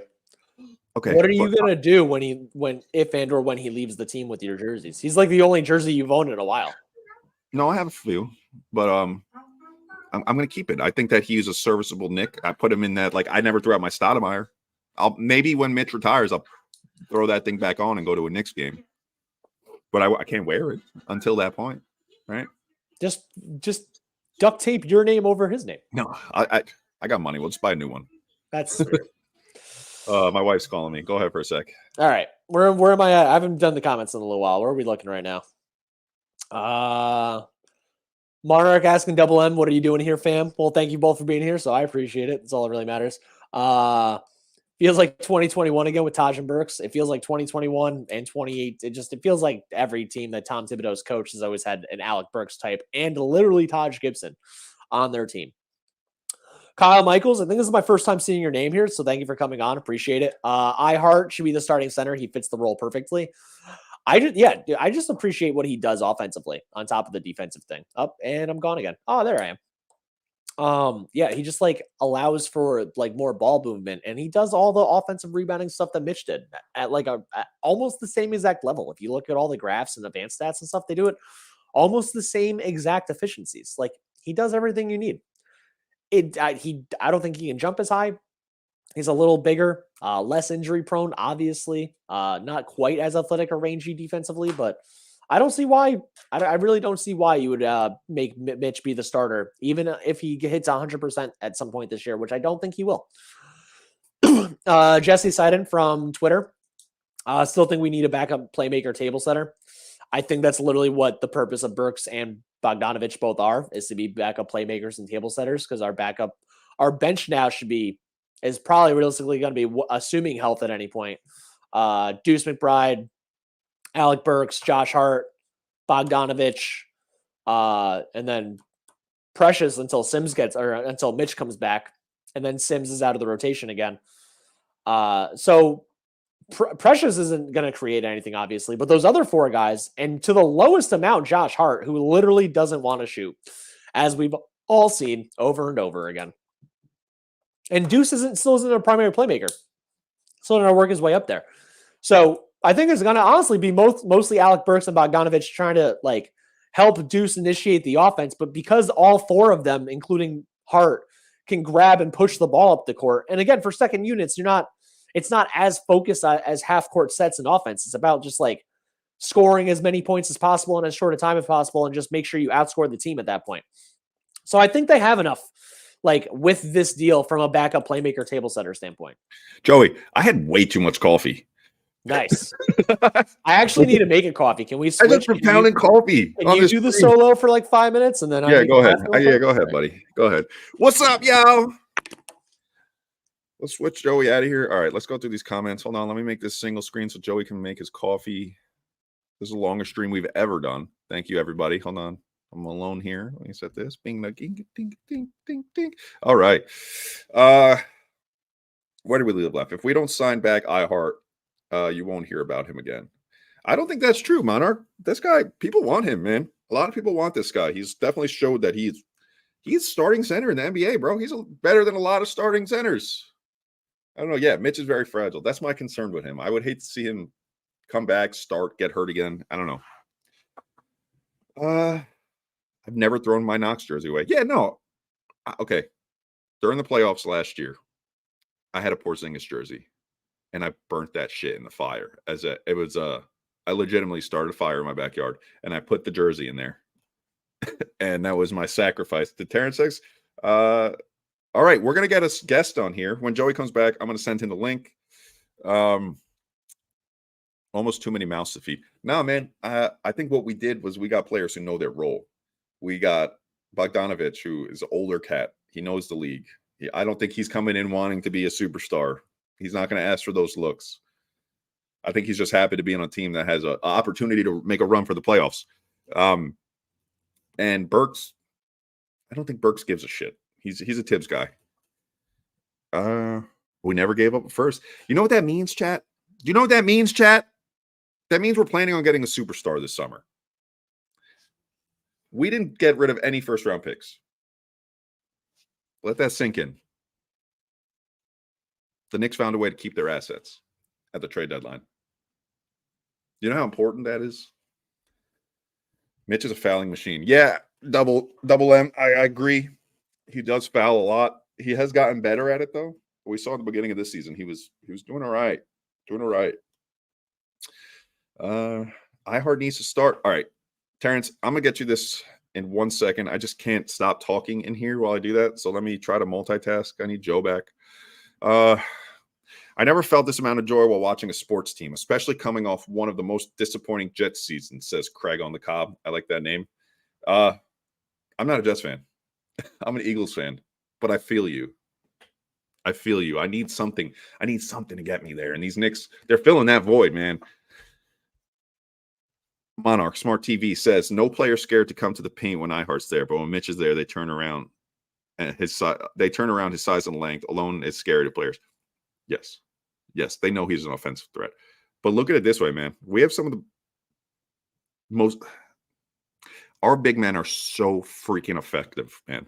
Look at the games we're winning without all the guys we got. Look, we have not taken a step back because we lost Mitch, and that says a lot. I honestly believe we might have won more games because Mitch was out, and iHeart was filling in some positions that we needed to be filled in when Mitch was gone. And I do believe we got a little bit better. That's my personal take, and I love Mitch. I'm a Mitch homer. Sleepy says he shows emotion, which people love and want to see the iHeart yell when he dunks. Yeah, the lion roar. Man, I got so hyped when I saw that shit. Let's see. I'm an Eagles fan, too, living in Giants territory. There ain't no such thing as Giants territory anymore, man. I hate to break it to you. Giants territory has been gone for a long time. All right, Joey, you're back. I'm getting Terrence in here. Oh, let's go. That's what I'm talking about. Nice. I can't believe we've been streaming for so long. I had to stop and take a bathroom break, and I'm waiting for my coffee to be made. Jesus Christ. Anyone that's been tuning in for even like 10% of this time, we really appreciate it.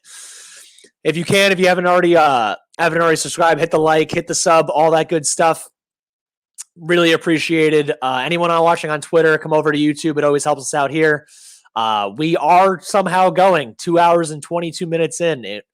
29 minutes away from the deadline. Things are happening. Not a lot of things. No big names. No DeJounte Murray. There was never going to be a LeBron James deal, obviously. No matter how often we wanted to put LeBron James as a clickbaity thumbnail. People in YouTube, man. Algorithms, am I right? So weird. Oh my God, guys, wait, I forgot. Where did that thing go? I had such a good one. I want to find that Garrett Lynch comment again. We're almost there, guys. You know what I'm putting up. You know what I'm talking about. I don't know. It's so far.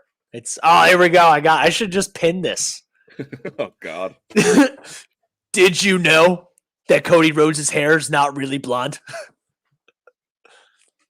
That was it. That's all I wanted to do. I just wanted to say Cody Rhodes not a natural blonde. Oh, we got Terrence coming up. Let's go. Terrence, what up, man? How's it going? How's it going, guys?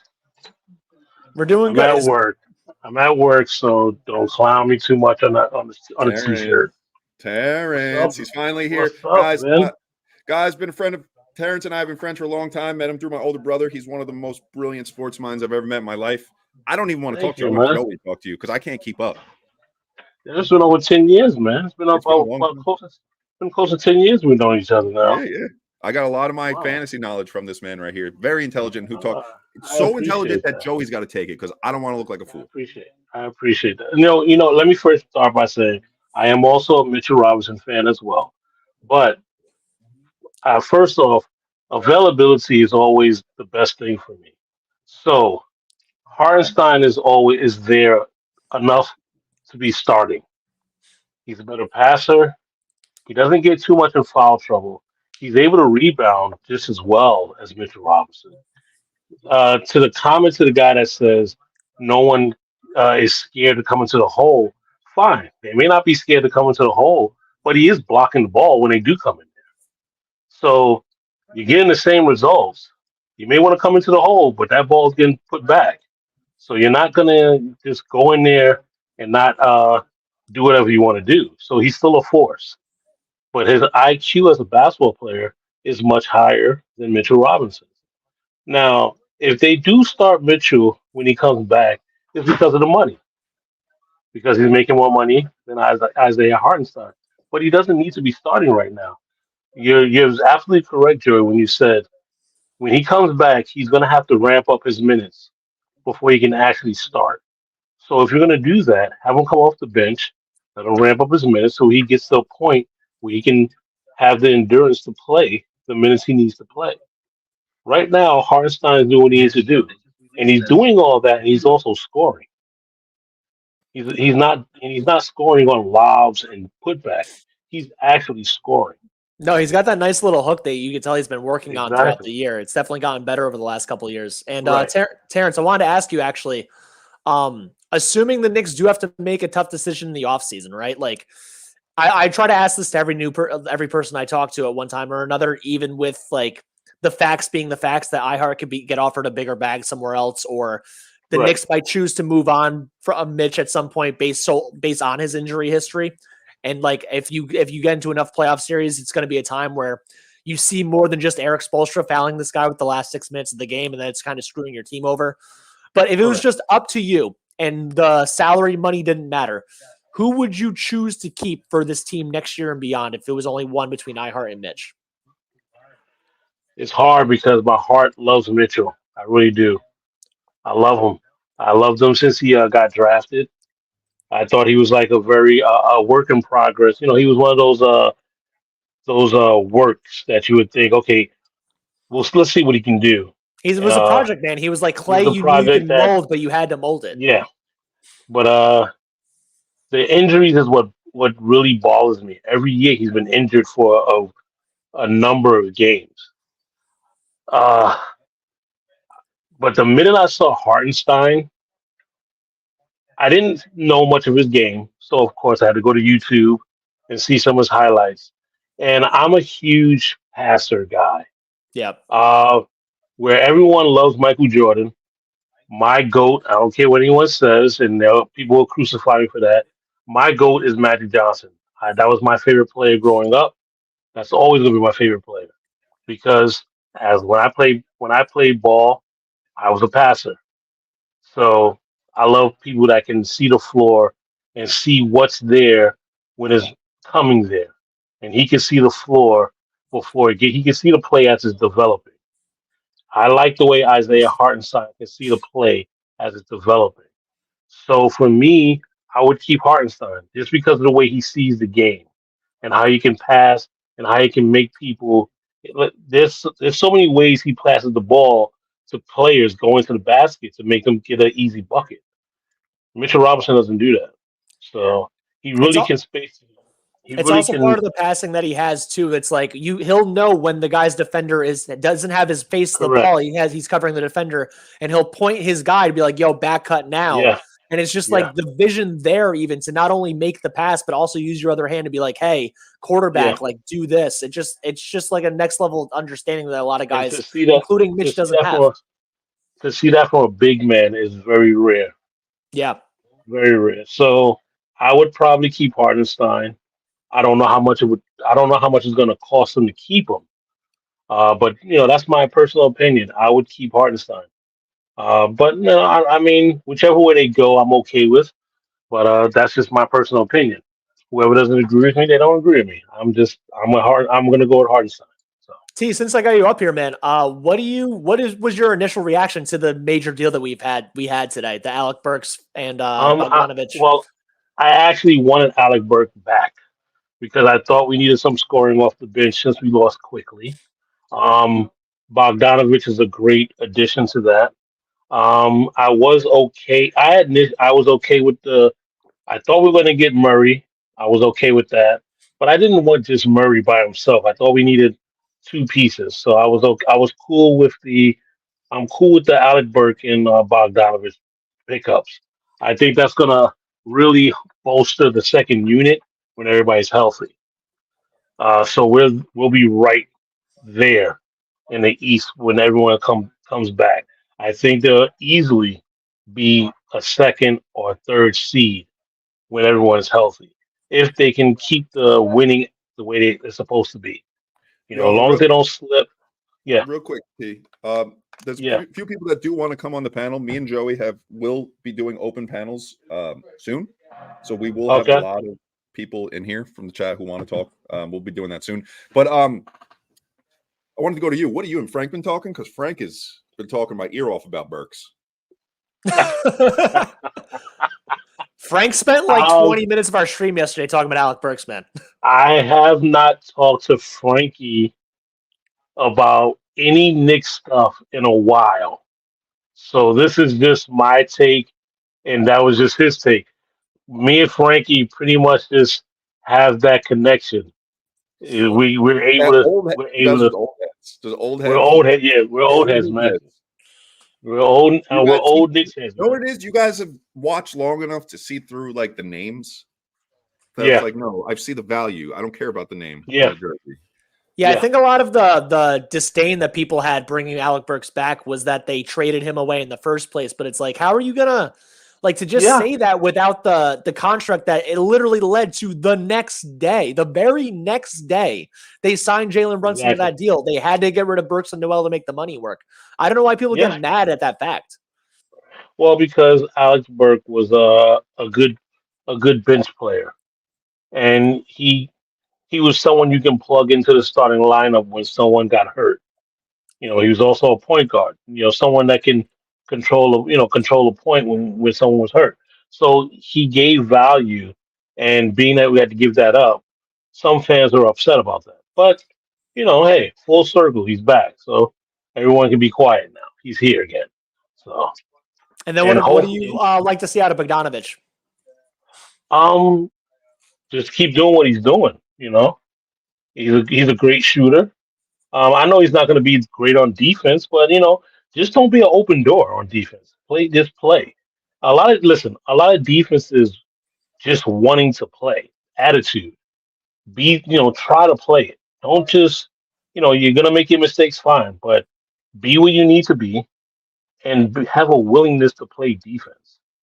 So that's pretty much it. If you get burnt, but you put the effort in, I mean, I'm not mad at you for getting burnt. I'm mad if you don't put the effort in, which I think is where the Fournier Tibbs thing came in. There's a lot of great offensive players out there. You're gonna get burnt. You're gonna get crossed. You're gonna get left behind.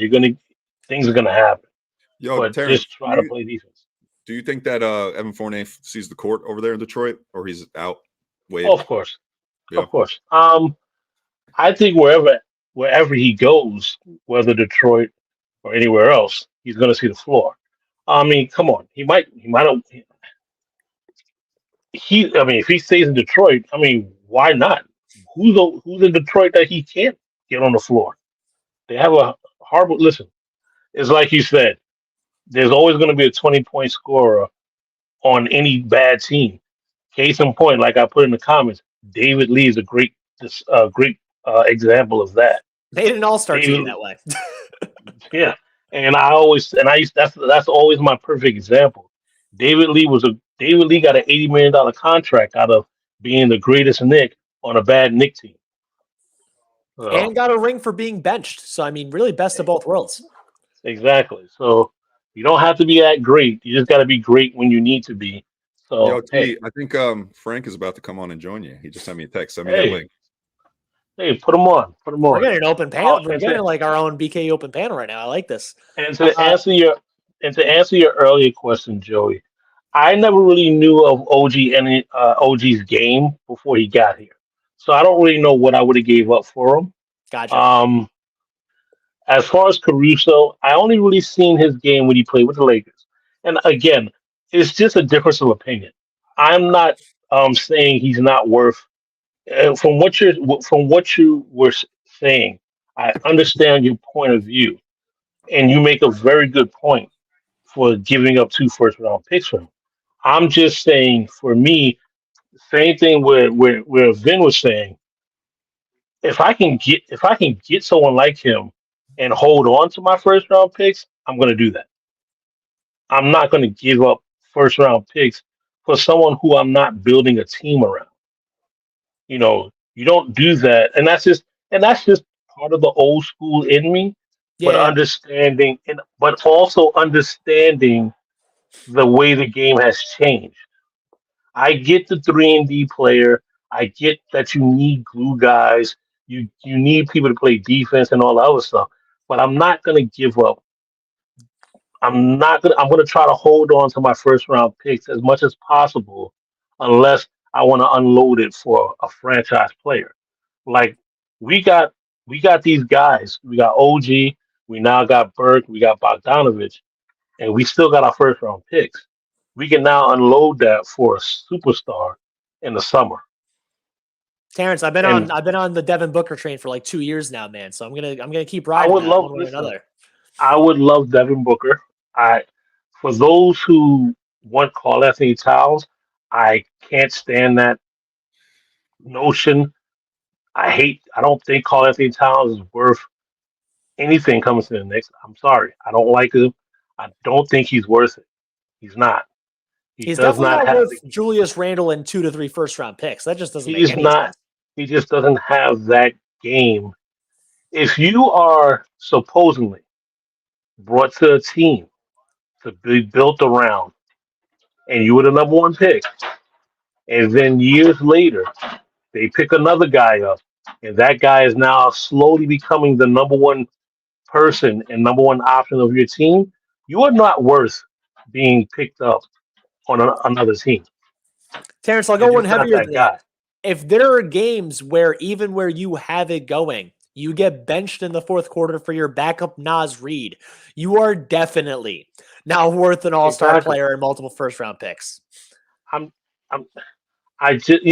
for years I used to love Karl-Anthony Towns, and I got into a debate with someone, and he pointed out how he's just not worth it. He's not that guy, and I had to be. Go ahead. Finish that. He made me realize Karl-Anthony Towns is just not that guy. He's an offensive guy, but on a defensive end, he's not that guy. We got a Woj bomb. We got a Woj bomb. Got a Woj bomb. Also, thank you, Angela, for the 99-cent super chat. Much appreciated. Everyone that can, like, share, subscribe. If you're on Twitter, come over to YouTube, Instagram, same thing. Smash that thumbs up button. We have 15 more minutes, and we got a Woj bomb coming right now. Yeah, I'm giving you this Woj bomb, and then Frank is coming on stage. So the Spurs are trading Doug McDermott to the Pacers. The Pacers will send the Spurs a future 2nd-round pick. That's not a bomb. Also another team like Dallas, another just all in on offense team. Like, hey, we suck at defense. Let's just really suck at defense. If we make every 3-pointer we take and we can win 150 to 140, we still won the game. Yeah. Frank, are you here? Can you hear us? Yes, sir. Like, what does Doug McDermott do for the Pacers that they don't already have? Frank, what up? Am I live with you boys? You are, yeah. I hear you. We can hear you. First off, I wanted to say what a wonderful thing it is to see my man Terrence on a screen with my boys. I'm so happy. I'm smiling ear to ear right now. I love it. I'm just so happy I have a haircut while you guys got me on here. Oh, you got the fresh baldy for him? I got the fresh baldy. You guys caught me at a good time. I just want to say the Knicks absolutely fleeced the Detroit Pistons. We got the person that I thought we needed the most and some. And not only did we just solidify our roster potentially to be the deepest roster in the NBA when healthy, we also did not have to give up any first-round picks to do so. Thank you. I didn't know you were that high on Bogdanovic, man. Let's go. Hey, hold on.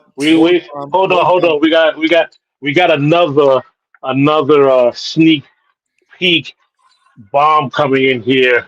Is that Eugene?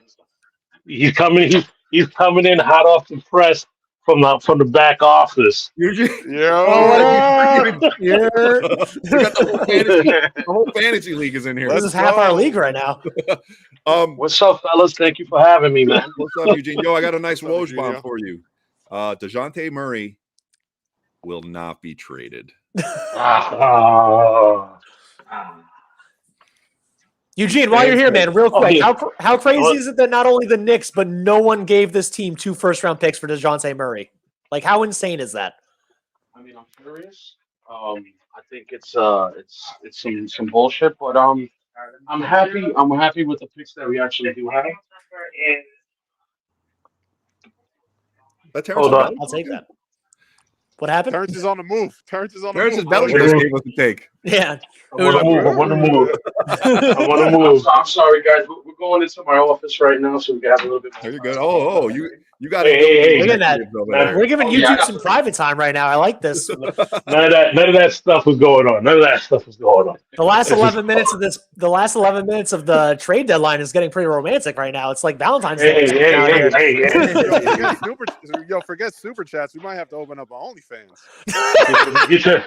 Get your minds out of there, people. Get your minds out of there. So yeah, I wanted Dijon. I wanted the mustard, honestly. But we didn't get the mustard. We got 2 other guys. I just need Bojan to sit at the 3-point line in the corner, like I keep saying. Don't do anything. Let Burke percolate everything in a second, when the second shift comes in. Because and that's it. Just stay in the line, pass it to the corner. They're gonna double him, or they're gonna pass it to someone, and bang, it's a wrap. Yeah, we got another Shams update. Spurs are likely to buy out Marcus Morris. Okay, I'm not surprised with that. Nick. I'm not surprised with that. JJ McDoolittle just comments. Kai Jones tweeted he wants to play for Tibbs. That's not a thing. There's no way. Time. Hold on. But maybe. I mean, I know you're gonna look. That's why I wanted to show it to you. I hate this guy. If I look and he didn't. Boys, I gotta run. Frank, it was real. It's been real. Frank, it's been great, but not real great. Always great to hear from you, brother. I'll holler at you. All right, Frank. You got it. All right, later, boys. Later. This is all right. This might be like alternate reality me. This never happened. I'm telling you, man. I think that's one of your burners. I think you got 9 burner accounts in this chat right now. Here, I want to pull up Will Cardona's comment because it's the first time I'm actually seeing his name. Will, thanks for tuning in. I see Bojan benefiting greatly when Randall comes back. I see Randall getting about 4 assists a game solely because of him and Bojan. Dude, he was already getting that because it's OG Anunoby and DiVincenzo and Brunson following him. Hey, I don't see Randall out there too much with Bojan anyway because he's gonna need some they're rest. coming in hot. I think that would only happen if OG got hurt or missed a game that Randall's in. Honestly, otherwise, it's the bench unit, starting unit thing. We're in the last 9 minutes before the deadline. They're coming in. Milwaukee Bucks are trading Robin Lopez to the Sacramento Kings. No details on the trade yet. Lopez means nothing. Lopez is expected to be waived. Yeah, that's a money cutting thing.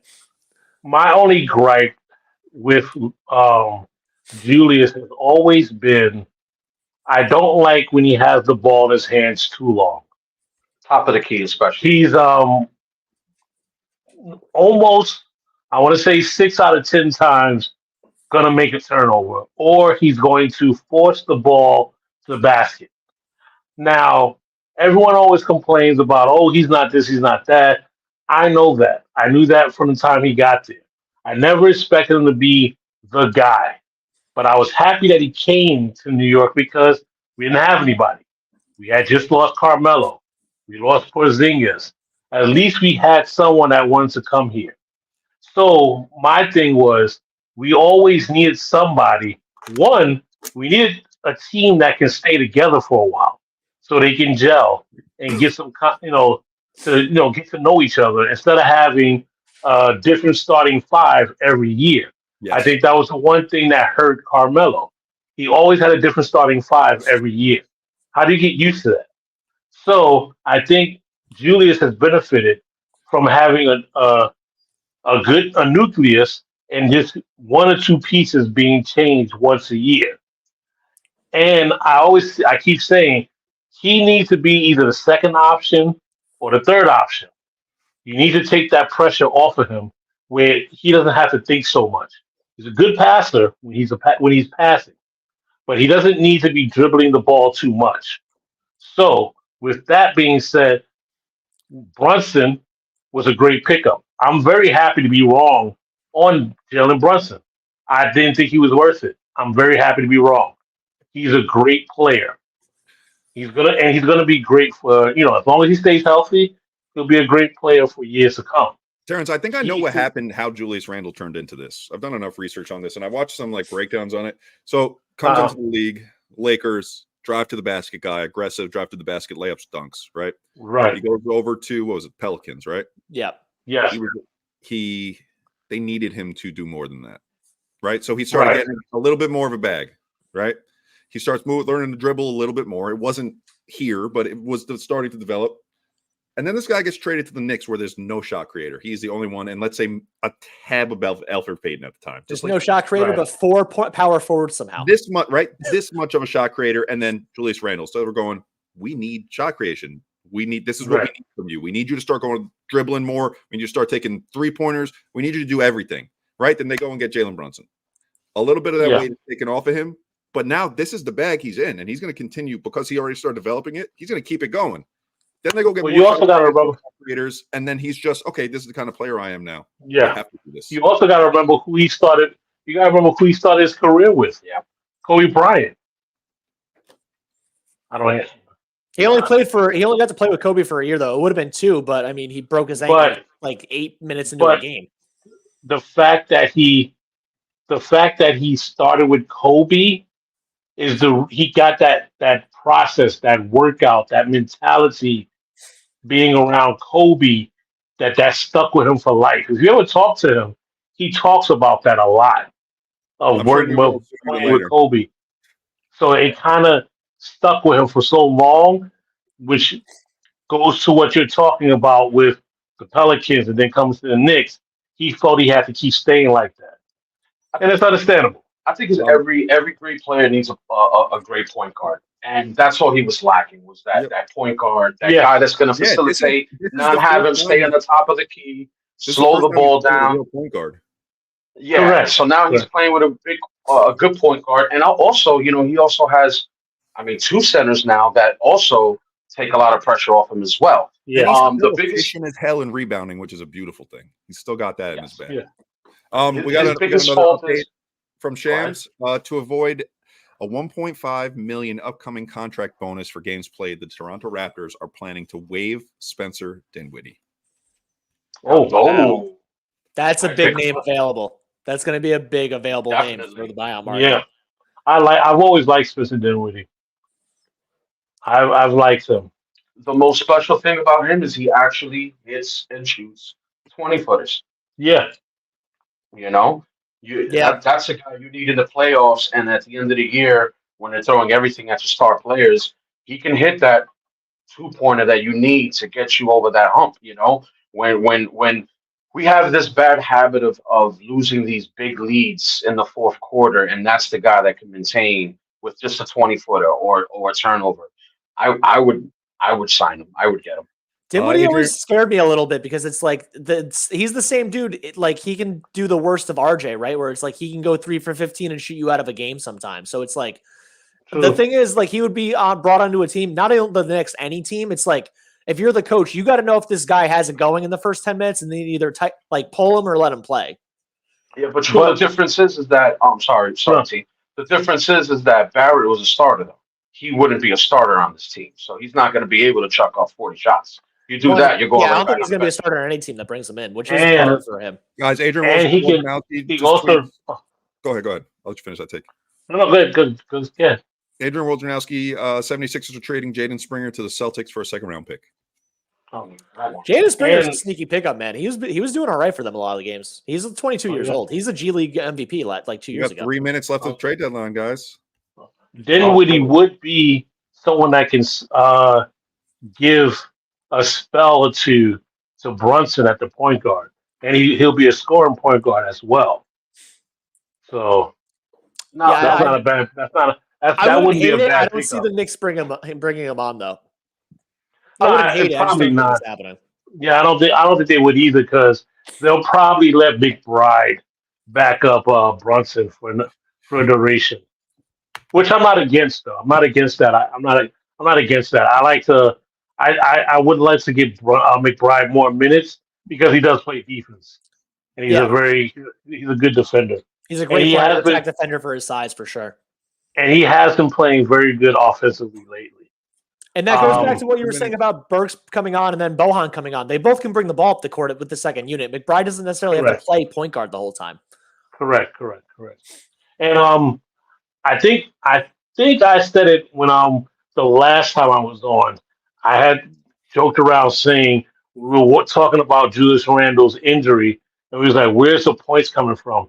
And I had said DiVincenzo, Dante, and I said OG, but I didn't realize OG was hurt. But I knew Dante was going to wind up scoring.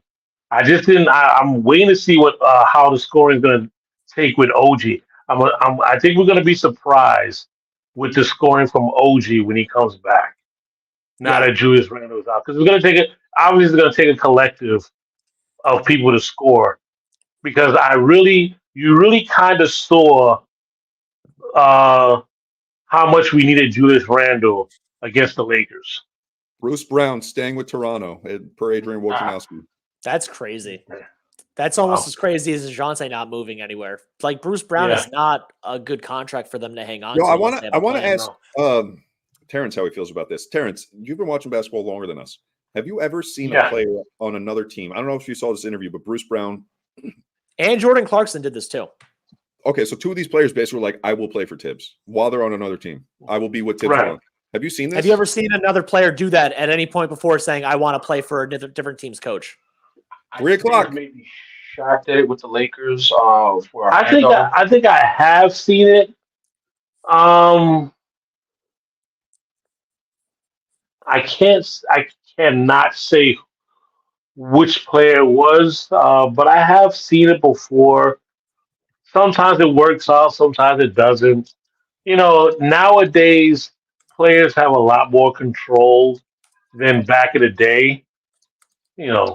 So the Boston it is what it is. Trading Delano Bantang to Portland Trailblazers for a heavily protected second-round pick. Oh, okay. So for nothing, you guys. It's funny because when you guys say that, it kind of makes me see. It kind of makes it seem like I've been watching basketball since it was like black and white, or to the ABA, or when the ABA merged with the NBA. Terrence, I thought you were like 3 or 4 years older than me. I don't know how old you are, or how old Ben thinks you are, but Terrence, I started watching when Stat came to the Knicks, so that gives you my timeline. Oh, you started watching so much more recently. I'm so old. Thanks, Vic. Yeah, thanks a lot, Vin. Guys, hold on a second. I'm the same age as Vin. I started watching when Latrell Sprewell came to the Knicks, so don't let Vin make you feel bad about yourself. He just started watching. You just made me feel bad too, Joey. I tried a little bit. Twitter is currently down. What is happening? Sham's Twitter is currently down. All of Twitter is currently down. Wow. I'm going to Threads. This is what Threads is for. I feel like a dinosaur talking to these two right now. Hey, Vic, I wanted to ask you a quick question. Vin, I'm sorry. Vin, I'm so sorry. Call me anything you want. Don't call me late for dinner. Okay. Well, this is the one I got. That's the second whitest thing you've done during this live stream, Vin, by the way. Second whitest right there. You want the third one? This is the one that dubbed you. This is the one that dubbed you and your brother Aaron Rodgers. Scruffy Aaron Rodgers. What's up, Eugene? What's the question? So 2 things I noticed because I watch every game, literally every game. So number 1, am I the only one that continuously sees DiVincenzo carry the ball other than the other team?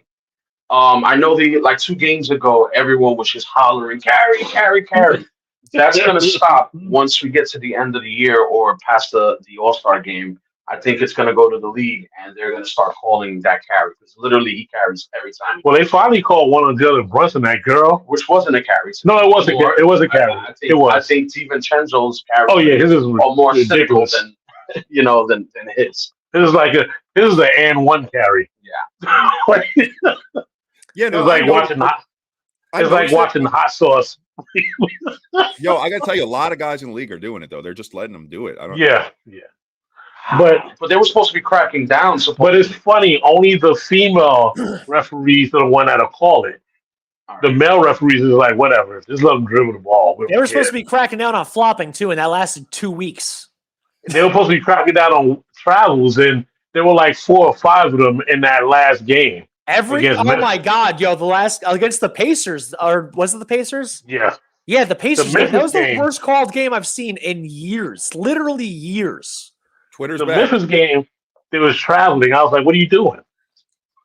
And they didn't call it. And they didn't call fouls half the game either. It was just. I think they listen. They need to just implement the European style of play and just go with it. Tip back over the rim and everything. They're not calling travel. They're not letting the NBA do the tip out over the rim thing. There's no shot. Guys, yeah, I know. They won't do that. That'd be bad funny, though. The trade deadline is officially over. Okay, cool. If there's anything happening, it would be tweeted now. I think it is safe to say the Knicks won the trade deadline. Yeah, I agree. Yeah. I think Guys, the Knicks are going to the finals. Let's all be real. Come on. Now. Listen, DeJounte Murray's not being moved. I'm one of the few Knicks fans that stays optimistic, but I also look at what the realism is. But I can say that I can see them going to the finals this year, at least the Eastern Conference Finals at best. I'm very confident. Trading Corey Joseph to the Pacers. No big deals. And 9 minutes ago, the Bulls made Alex Caruso untouchable. So that means they didn't get 2 first-round picks. Exactly. Yeah. And that's what I'm talking about. Is Alex Caruso He's not worth 2 first. Alex Caruso getting 2 first-round picks is like the Ravens letting Lamar Jackson shop himself for 2 first-round picks in the offseason. As a Jet fan, I don't want to even think about that because I screamed and cried for the Jets to offer Lamar Jackson the deal just to. And I couldn't believe they didn't do anything, dude. You want to sign Aaron Rodgers at 38, 39 years old? Aaron Rodgers is on camera right now.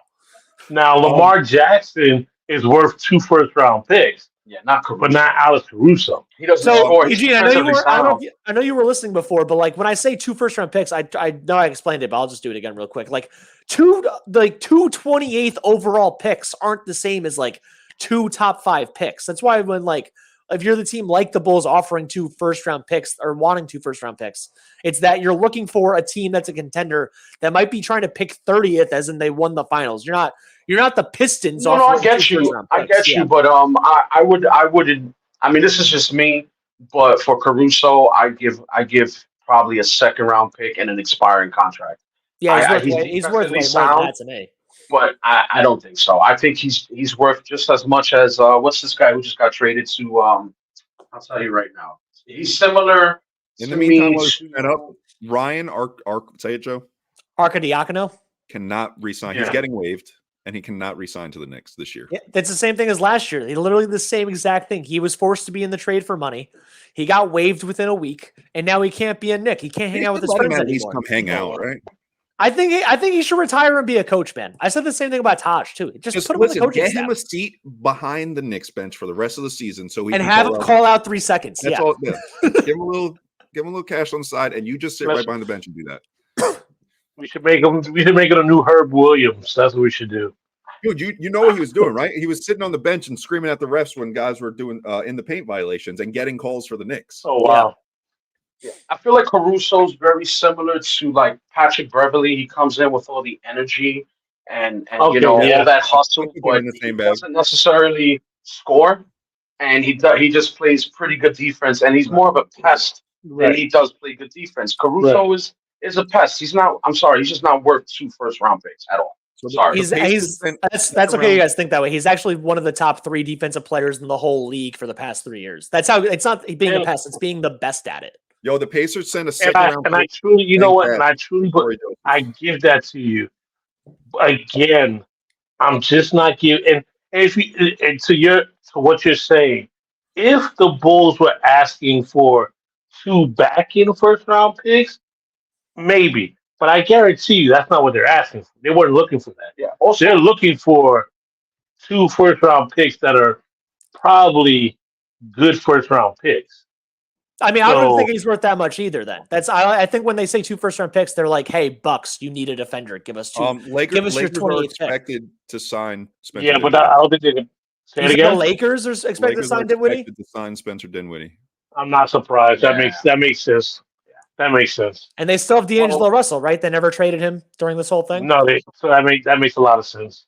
I can see the Lakers doing that. I mean, if you have 2 guys that are streaky point guards, one of them is bound to be good every game, right? Yeah, pretty much. And the reason why I'm not too worried about Caruso too much is you got to remember, man, that point guard that is sticking Brunson has to follow him all game.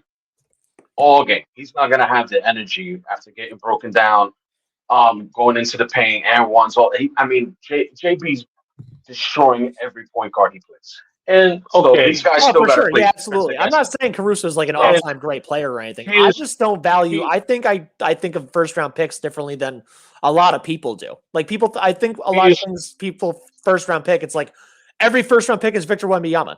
No, it's not. Most of them are Kai Jones. I'll put it to you like this: when is the last time Alex Caruso's defense has helped his team win a championship? Not since LeBron. Not since the Lakers. Which is exactly why when you're a team that's good, that's when you overpay for a guy like that. But that's what I'm saying. No one's really going to pay 2 first-round picks for that. When the last time they saw it was in the bubble. That's it. For sure. Yeah, no, I mean they didn't get the offer clearly. So nobody. But I'm saying no one's really going to bank on that because we already know how people feel about the bubble. Yeah, people don't think that championship is quote unquote legit, so they're not going to take that Alex Caruso as a legitimate game changer for a championship team. So that's why you don't put 2 first-round picks for him. I think when Alex Caruso does end up getting traded at some point, you guys might be surprised at how much he actually gets. Whenever it does happen. If it does happen, yes, I can understand that. But he's going to have to play out his contract and probably just get signed somewhere and then prove what he can do. Ronnie, thank you for tuning in the whole time, man. Appreciate surprised. Huh? No, we were saying goodbye to a listener that was listening. So we got contacted by our source. Josh Hart, Jalen Brunson are out. They're out tonight? We figured that. Yeah, Dallas is going to win. Dallas will win. Hammer, what did the line move yet, or is it still 3.5? Let's look. It's not publicly reported yet. It's not publicly reported yet, Joe. Although injury. Although Luka and Kyrie are game time decisions. Hey, that would be cool to have a little garbage time game. Just sit back. Doesn't mean shit. You know? So, I mean, they all count. They still count as a winner or a loss. So that'd be really funny. Right. Sure. But both of those are game time decisions. So there's no guarantee that they're playing tonight either. Let's hold on a second. I'm looking at game time. Who's ready for some Tim Hardaway Jr. versus Josh Hart action, guys? Oh wait, no, he's not playing. Versus Dante DiVincenzo. Oh, that'd be awesome. That's what we're getting. Tim Hardaway and DDB masterclass tonight. I just want to see little brother get in some time tonight. That's it. Listen, Jacob Toppin. Let's get him. Let's see what he could do for the dunk contest. Let's see. Look, these are facts. The Bulls have not made a trade since 2021. What that's horrible, bro. They're a terrible franchise. That's so terribly ran. So let me get this off my chest. I've been a diehard Knicks fan since probably John Starks. I'm showing my age. John Starks, Greg Anthony, those type of players, right? Point guards from the Knicks, right? The point guard that the Knicks have had that I've hated the most has to be Tim Hardaway Jr. Really? Why? I felt like he was a very streaky player. I felt he played absolutely no defense and kind of demanded the ball like RJ Barrett did. I'm appalled. Yeah. I'm appalled because I've never liked him as a player. Never wanted him. And then what kills me is that also when he played against the Knicks, he would torch them in the Garden. I'm appalled. Why couldn't you play like that in the Garden all the time? But when you play us, then you want to kill us. I'm appalled because you know how much I'm a Michigan fan, and you being a Notre Dame man, I don't like. Real Knicks I don't fan, like what you're saying. Any real Knicks fan would never root for an offspring made by Tim Hardaway. I'm not gonna lie. One thing about Tim Hardaway Jr. that I do really enjoy, and it goes to the same thing from like the Nick Castellanos, the guy that hits a home run every time they're announcing some terrible crap on TV. That Tim Hardaway Jr. highlight where he marks the referee safe instead of playing defense is one of the funniest sports highlights of the past 10 years. You can't tell me otherwise. True. First off, I love Tim Hardaway Jr. since he was in Michigan. And anybody that could have gone back and forth with Kyrie Irving in that rookie uprising game back in the day, he's always all right with me. I don't care. And the fact that he's 6'5" and his father's only 6 feet is why I love him also. This is what bothers me. He literally averages 32 points a game versus the Knicks. As he should. Drives me Like I said, Tim Hardaway DDV masterclass tonight. Hey, stop. Since everyone is talking about how far back they go with the Knicks, I will officially let everyone know. I can actually remember as a kid. No, shut the hell up. Bastard. Bernard King. But yes, I can actually remember watching Bernard King play a game on the Knicks before Patrick Ewing got to them. Now, I'm not saying that's how long I was a fan. I just remember, watching a game with my dad with Bernard King on it. But I didn't officially tune in and become a fan of the Knicks until Patrick Ewing got actually drafted to the Knicks. So we're talking about 85. Guys, I'm feeling good. I'm feeling young again. Terrence just showed his age. I'm about 10 years above him. Yo, you know what? I love talking to guys your age, though. When I talk on Twitter, it's your guys your age. I love it. I got it. It's like it's like respecting your elders in the sports realm. Like, how do you argue with somebody? Don't do that, Vin. Yeah, you just call him elder, bro. No, dead ass. You just called him the guy version of man. Exactly. You just said that shit like I'm qualified for an AARP card and shit. Terrence, is the wheelchair right behind you yours or what's exactly? like I got a season long prescription for apple juice and prune juice and shit. What the fuck? You mean elders? What the fuck is that supposed to mean? You can't say words like that when he has serenaded. I respect guys. I respect fellas who have watched the game longer, who have I'm only in my 40s. I am in my 40s. I'm good. Then you started watching last Thursday. Who are you kidding? Listen, some shit you watch and we see what's happening. The older cats have lived through, and they could be like, "Yo, shut the fuck up. This ain't new." I will say what I do appreciate about the podcast, like I was telling Eugenio earlier. You guys are younger, but I love the fact that you guys know about the contracts. You guys know about the you guys know the stuff those little details that I don't know about. Because I don't pay attention. I don't pay attention to that, like the contracts, how much people are making, how the trades can go. Those ins and outs, I don't know. But I just know the game itself. Yeah. And I know about players, I know about this, I know about that. So I don't, but I don't know what trades can actually happen, what, stuff like that. That I don't know. But you guys know that, and I appreciate that. So as a guy who's been watching basketball for over 30 years, I do appreciate what you guys do. And I do appreciate your knowledge of the game. It's very hard. It is very hard to talk to young people about basketball, football, baseball, because they only know from their era and they don't know squat. Yep. So to be able to talk to young guys is very rare. I'm being honest with you. I only talk to a specific group of young people when it comes to sports. And that also goes with older people. There's only a very specific group of people that I tend to talk to. I will stay shut a lot of times when I hear people talk sports because they don't really know. Yeah. because they don't really look at the game and dissect it. Yeah. You know, the one sport I always talk about that I know because I played is football. So I really look at football and talk about football a different way from people. So, but I do appreciate what you guys do and what you guys say when it comes to this podcast. Hey, gentlemen, who's going to be the first one to go buy an ankle brace for Jalen Brunson so he can stop wearing low tops? Yeah, I saw you say something about that. You don't like when guys are wearing low tops, old school. It's just I've never understood it either, man. I don't get it. I play ball, so and I'm obviously I'm not 6'8", you know what I'm saying? I'm about 5'8", 5'9" on a good day. Now I play ball, and when you break people down and go into the lane, you're gonna fall on somebody's freaking leg. I don't care, size 12 and a half all day. I've rolled my ankle 100 times. I've had to play with 2 ankle braces at all times. How do these guys play in low top Kobe's? Fashion, bro. Fashion. It's a statement. I've actually never. It's going to cost him his damn game, you know. Well, listen, guys. After I hurt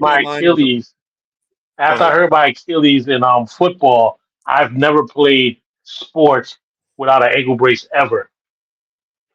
I've never played any sports without an ankle brace. So and high top sneakers. So I don't understand how people do that. It makes no sense to me. Well, listen, guys, the ones I just showed you. Listen, guys, that's wraps our stream. The trade deadline is very over. The Knicks won the trade deadline. We're going to the finals. Lock it in. Tell your mother. Tell your father. Tell everyone you know. I'm assuming no new news because the last tweet from them was 12 minutes ago. It would have came out by now. So let's go. Everybody, gas up. We're going to lose tonight, but we're going to look great when everyone comes back. Anyone that's gambling, Tim Hardaway Jr., Dante DiVincenzo, Mavs, whatever the line is, Mavs by 100. Hammer that parlay. FanDuel is giving it to you the same game, no sweat. DDB, THJ, the Mavericks. Anytime you guys want to come on, chop it up, you're always welcome. Just message us and we'll send you the link. link. I'll see you tomorrow. You guys. Thank you. If Jacob Topic gets in, he'll get 10 points if he gets in. And give Toppin some minutes. Tune in tonight for Mills' live show. She will be on tonight, recapping the trade and the game. Let's go, Knicks. Let's go, Knicks. Bogdanovic and Alec Burks, welcome to the team and welcome back to the team. Going to the finals. Yes. Thank you, gentlemen, for having us on. God bless. Appreciate it.